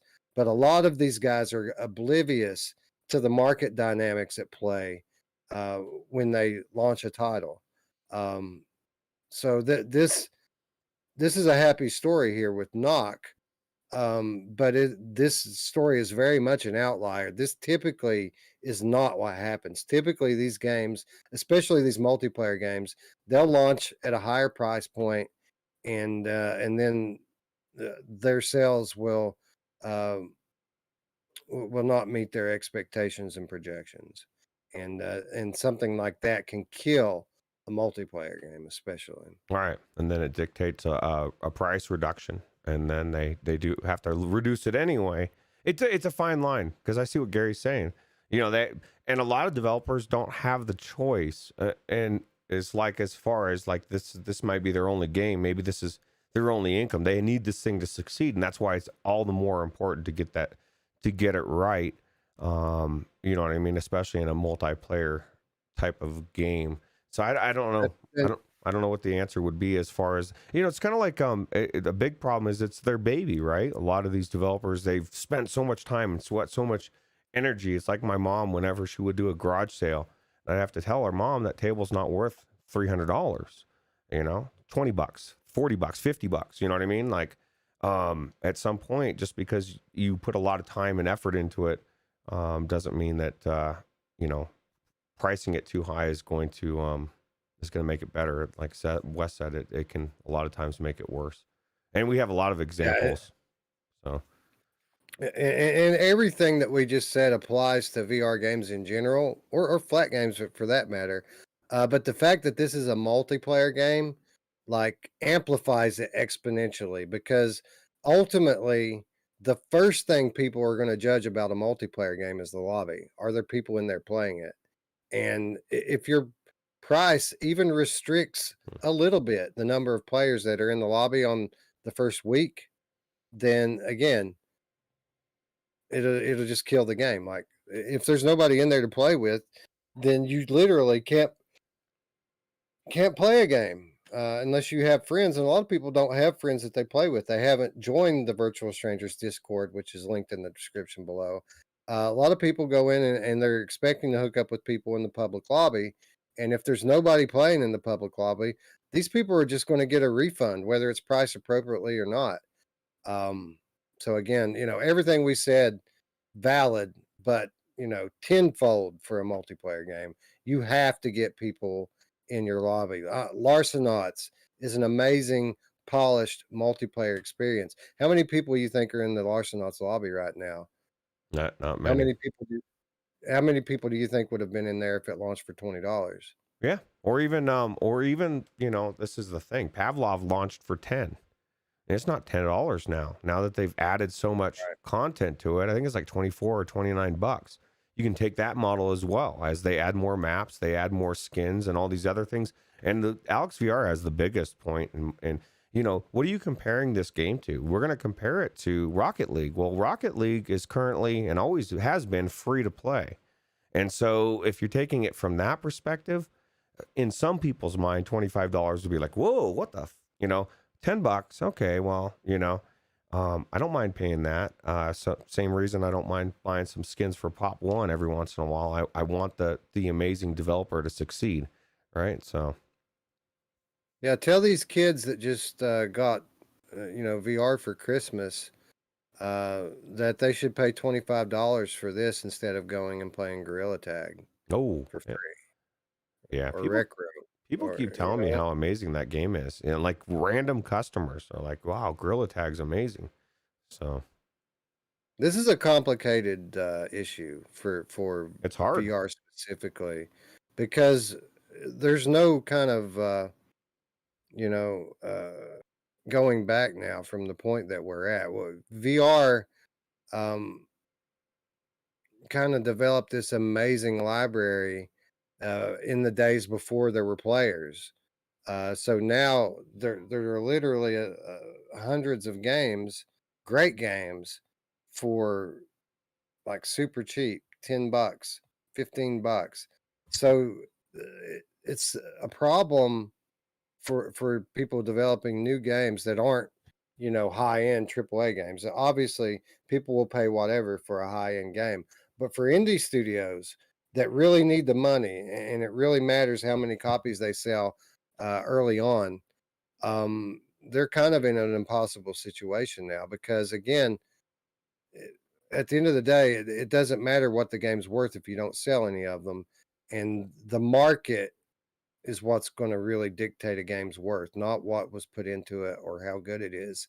The market dictates the worth, and we kind of have this kind of this special case right now going on with VR that we will be able to overcome, but it's going to take some time of the price slowly getting higher, the average price of a VR game slowly but surely getting higher and higher and higher till it actually gets to the point where smaller studios can actually make money by pricing their games a little closer to what they feel like they're worth. Yeah.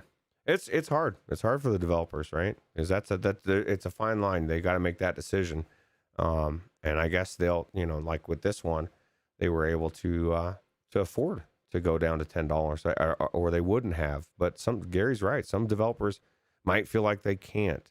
And then they're going to roll the dice, and maybe it works out for them. Maybe it doesn't. My instinct would be that it's going to hinder their sales, but not every game has the same reaction, right?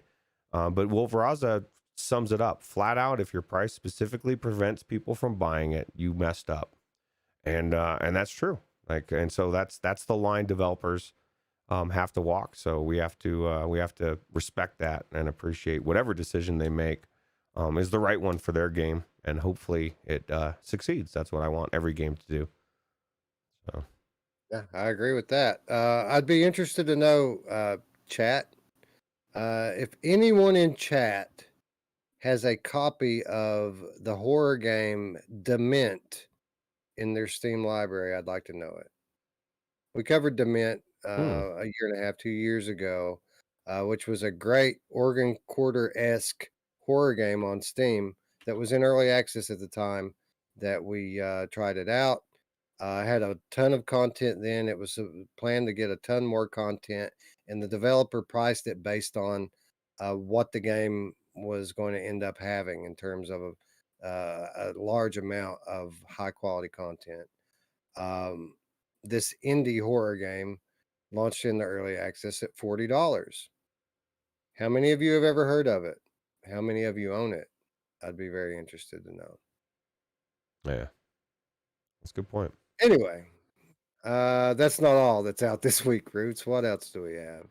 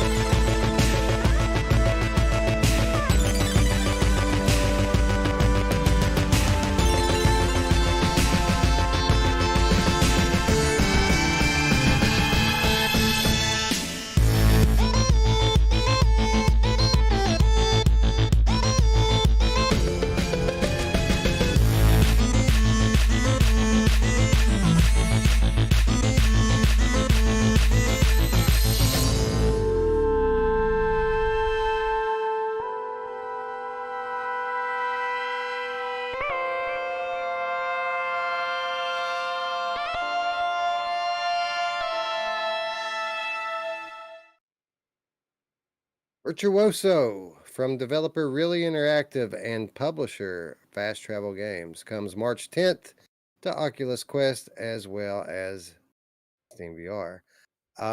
Roots, we've talked about Virtuoso a few times over the past couple of weeks, and the more I see it, the more I'm convinced that this game could be what I wanted Electronauts to be.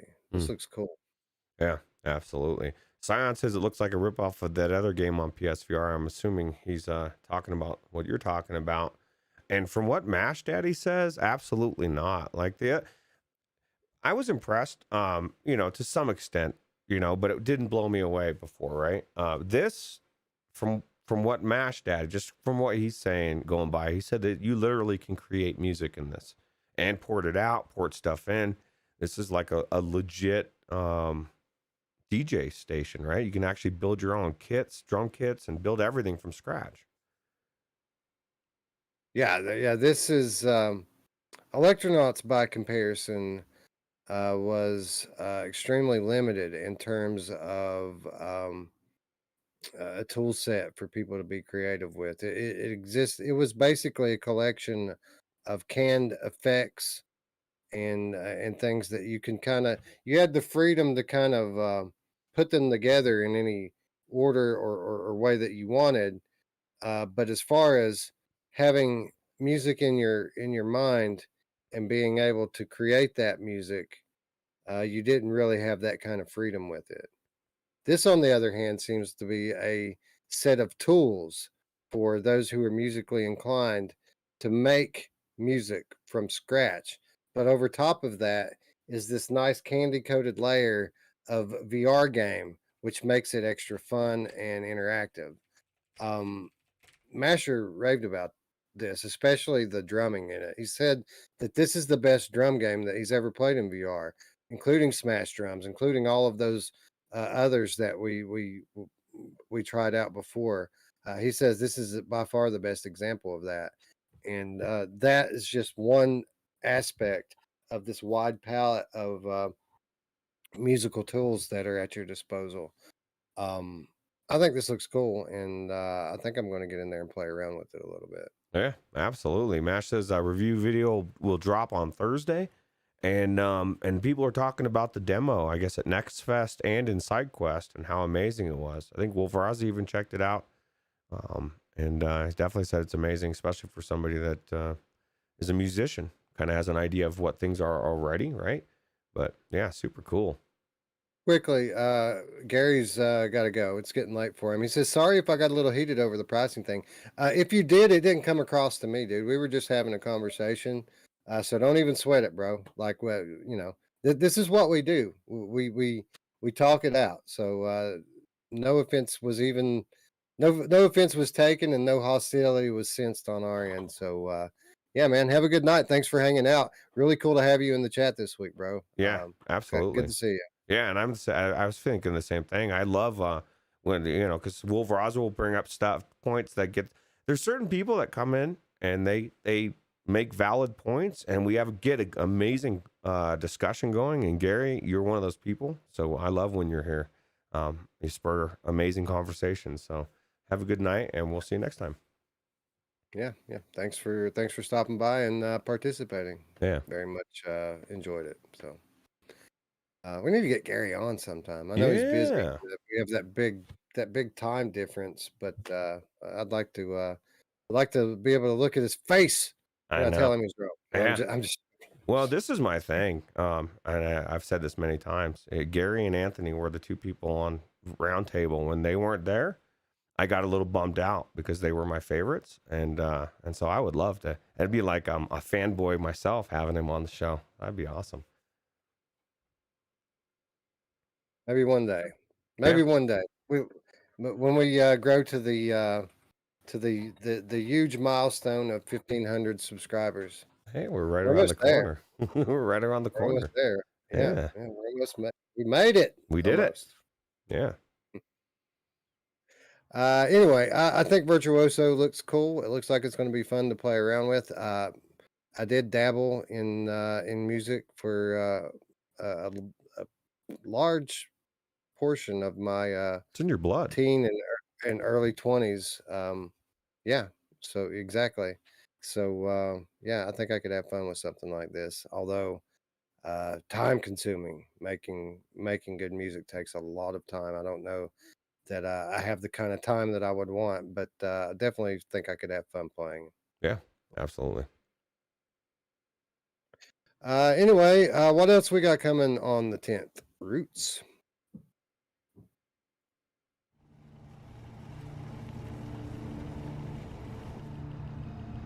You really don't remember anything? What you were fighting about? What happened next? Listen, there's something at the end of this road that you don't want to find.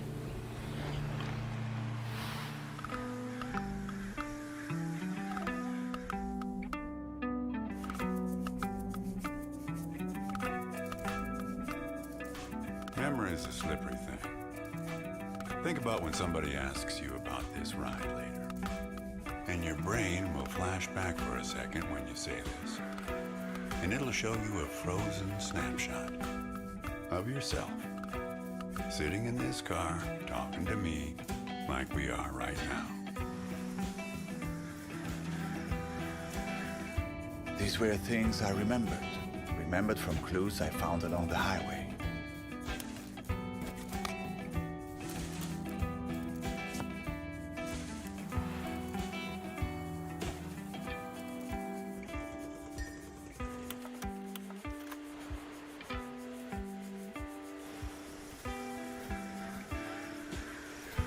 There's a price to be paid for everything on this highway.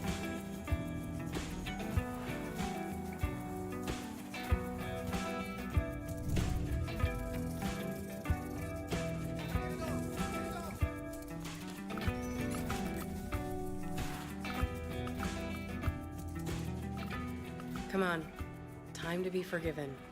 And time to hit the road.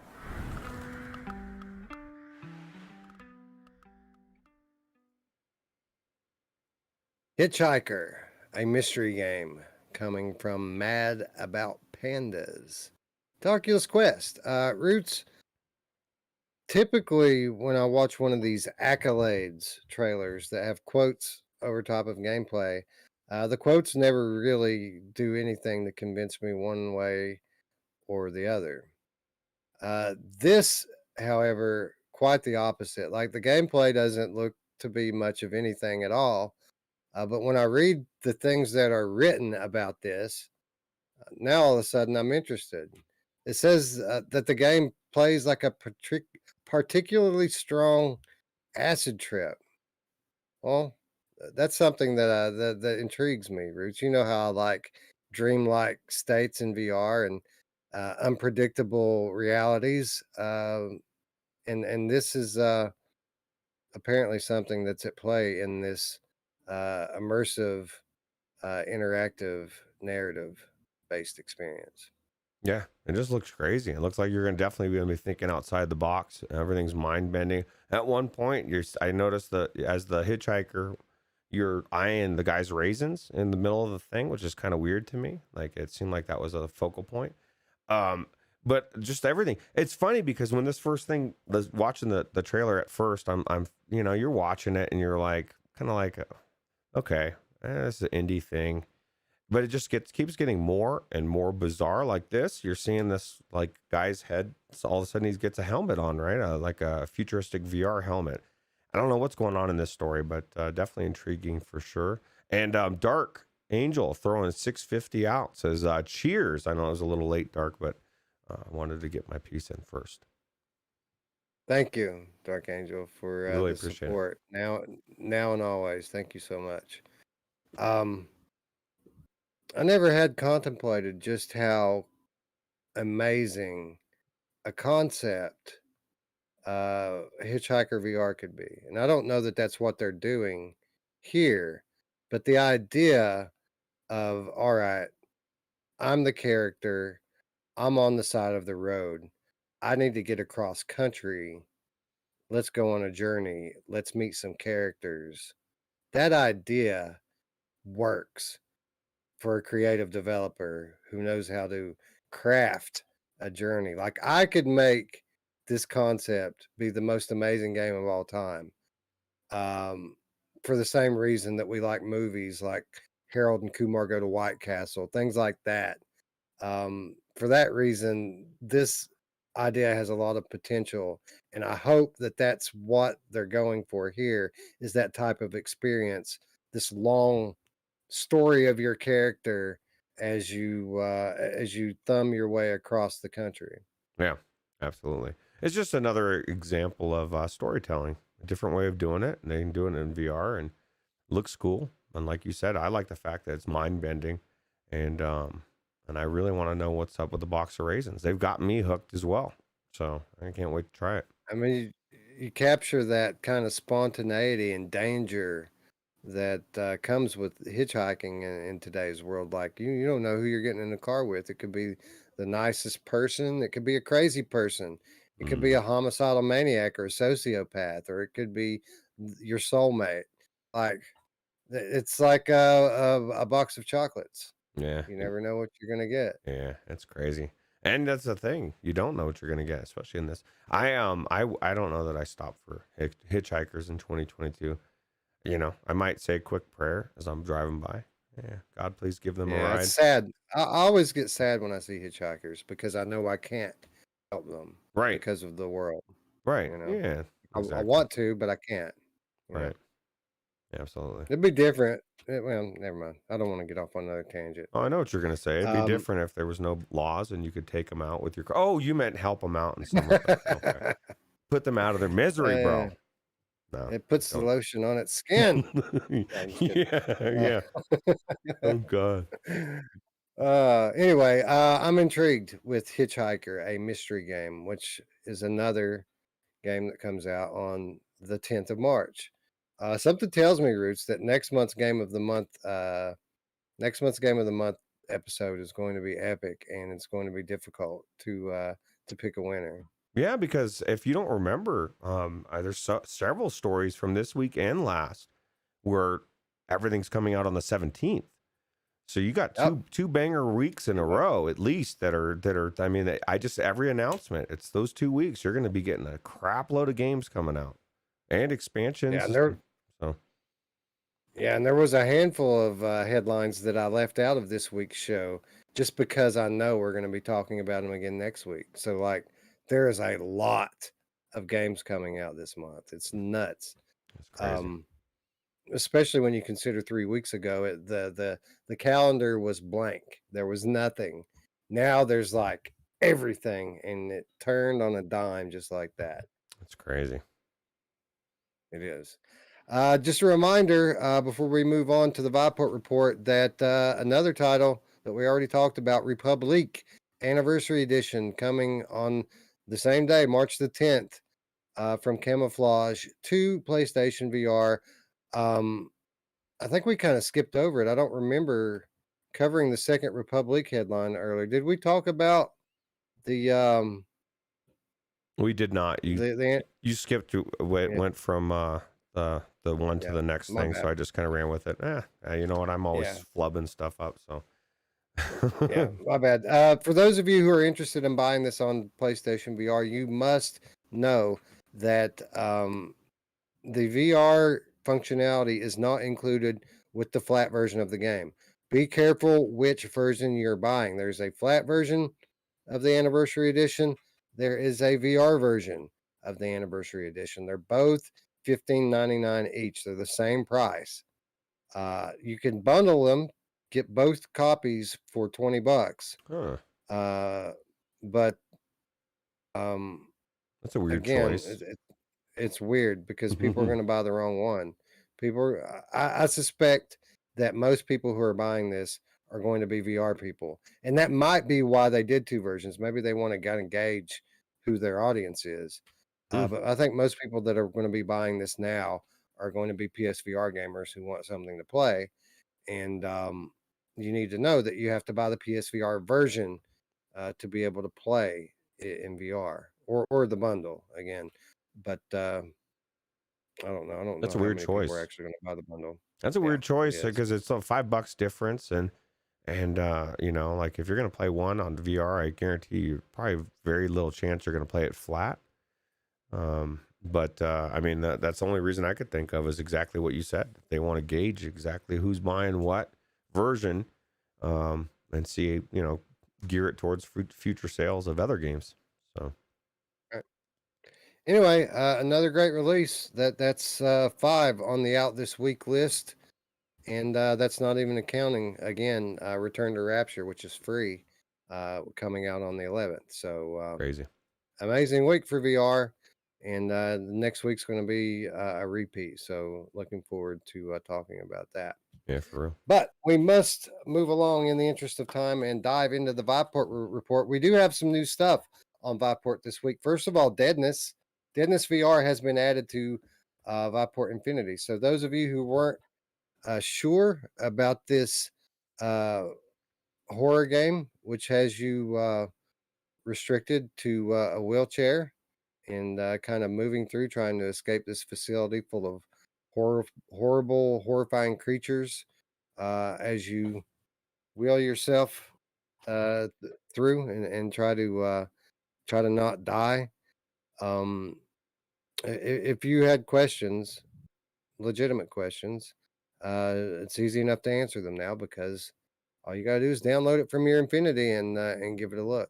Yeah, absolutely. Or if you're even curious if you should pick up Infinity, which I think you should anyway, go to Gamertag's channel on YouTube. Check out his video. I guarantee he'll convince you to buy this game. Looks amazing. And this is one of the things talking about Viveport. I got to stress because I see it a lot in the chat, whether it be live videos or comments. And I think it was something that came out recently that we talked about, and they're like, "Oh, that's not on Viveport Infinity anymore." It's like a Netflix model. Things are going to come and go. So you know what I mean? Right. It's just like, would you rather it be the same damn games never changing? Some games, some developers are going to take their thing off, and some are going to put new ones on and make room for it. I think it's an amazing system. And if you don't have Viveport Infinity, I question your soul. What's wrong with you? Yeah, I mean it's easily the best deal in VR. I'm never ceases to amaze me. I click on it every week to check it out, and it amazes me every time I click on it. And that page of like recommended Infinity titles pops up at first with all of like the big name titles on it, and it's just like, wow, how you forget. That's all you need. That's all you need is this, like literally. Especially for a new VR player. And we forget because I own so many games that it's like, just like anything else, if you own it, you just gloss over it and you forget. Well, dude, it's an amazing game for somebody that doesn't own it. So. Yeah, it kind of folds back into the conversation we were having earlier with Gary too about kind of how the market dictates the value of a game. Like, yeah. Infinity factors into that as well because Infinity's so cheap and there's 970 games on Viveport Infinity right now. Yeah. Yeah, it's the best. I mean, it's the one thing that I say hands down HTC is knocking it out of the park on. So. Yeah, so Deadness, the only new title that I noticed that got added to the Infinity rolls this week, but I did notice a significant update has come to Crunch Element, which brings a ton of new content. There's something like 20-something levels in Crunch Element now, Roots, and a bunch of new weapons and performance improvements as well. So a big update. Crunch Element apparently very different than it was when we played it all those months ago in early access. Nice, man. It was already a good game to begin with. And Wolvie, this is exactly why we always scream about Infinity, because people like you, and it is. He said Viveport Infinity is still his favorite recommendation he ever got because of us. Thousands of PC VR titles, no brainer at the start of PC VR, and especially for somebody maybe you just bought $300 headset, $400 one, or whatever headset you have, and you have PC VR or Pluto Sphere. What a great way to get access to all these titles for one monthly fee, or better yet, annual, right? So. Yeah, annual is the way to go with it. By the way, they give the annual subscribers so many perks and things like.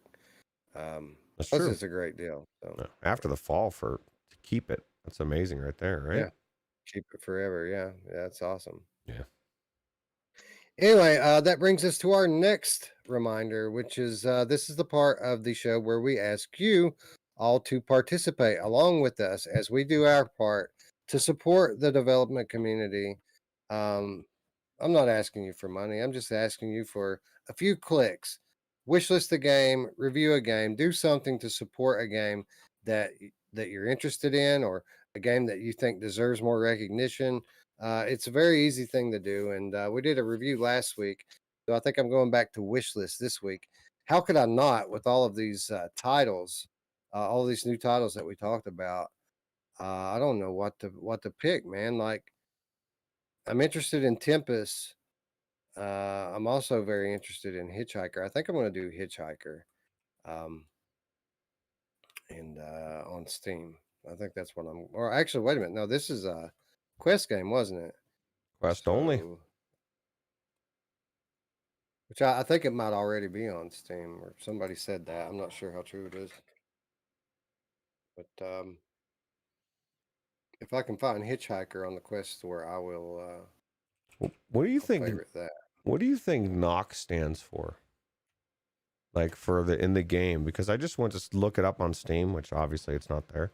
But it's called Nock, the hidden arrow. I thought, wow, that's kind of weird that both of them are Nock and they both involve arrows. So Nock must have something to do with and somebody that shoots arrows, like maybe a mythical or I don't know person. I don't know. No, the Nock is the part of the arrow that you rest your the part of the bow. It's the part of the bow that you rest your arrow on, like on the string. There's like this little, I don't know, like a little piece of metal on the bowstring that you slip your arrow back onto, and it holds the arrow on the string so that it doesn't just slide down. That's Nice. the Nock. Well, that's why I love watching Virtual Strangers. I'm always learning something new. I didn't know that. It's cool. Yeah, that's why when you watch, say, like Game of Thrones, and they call archers, and they all come up and they line up, and the next command is always knock. They yell knock, and that's what they do. Ah, I've never even heard them. I thought they were saying Spock. No, just kidding. I don't know what they were saying. But QTC says to knock an arrow. Listen to MASH. This man legitimately thinks that he is better than us. Come on, man. Come on, MASH. By the way, Hitchhiker is on the Quest store, and I did wishlist it. So nice. There you go. Well, I'm wishlisting. I'd be very interested. I know you guys typically don't do this when I ask it, but I would be very interested to know what you guys wishlisted this week. We had so many interesting things that we talked about. Like, I'd like to know. Yeah. Was it Hitchhiker? Was it Nock? Was it Virtuoso or Tempus? What is it? Republique? Deadness? Like what? Which one? Yeah, let's start a trend. Let's actually start answering Wes's questions in the comments, and push these videos so we can, how cool would it be if like we came on here and we were like, dude, we just hit 2,000, and it wasn't like a year or two from down the road, because those algorithms are real, right? The comments make a big difference. Mm-hmm. So they do. I can attest to that. Like, you can tell. It's like a chicken and the egg question, though. Like, are you getting a lot of comments because a lot of people watched it, or a lot of people watching it because of the comments? I think it's the latter, right? Because usually, even you can have a ton of people, but if your content's not engaging, people aren't going to comment ever. So anyway, that's going to wrap up the reminders and bring us to our last reminder, and that is how you can do your part to support our channel and help our community to grow. Of course, the best thing you can do, the easiest thing you can do, is click the big red subscribe button and ring the bell. This will allow you to be informed when we go live, when we publish our awesome content. And we've been doing a lot of it there lately. Like, we're really getting back into the groove now, both publicly and for the patrons. I feel good about it. We're back in. I feel like I'm in sync.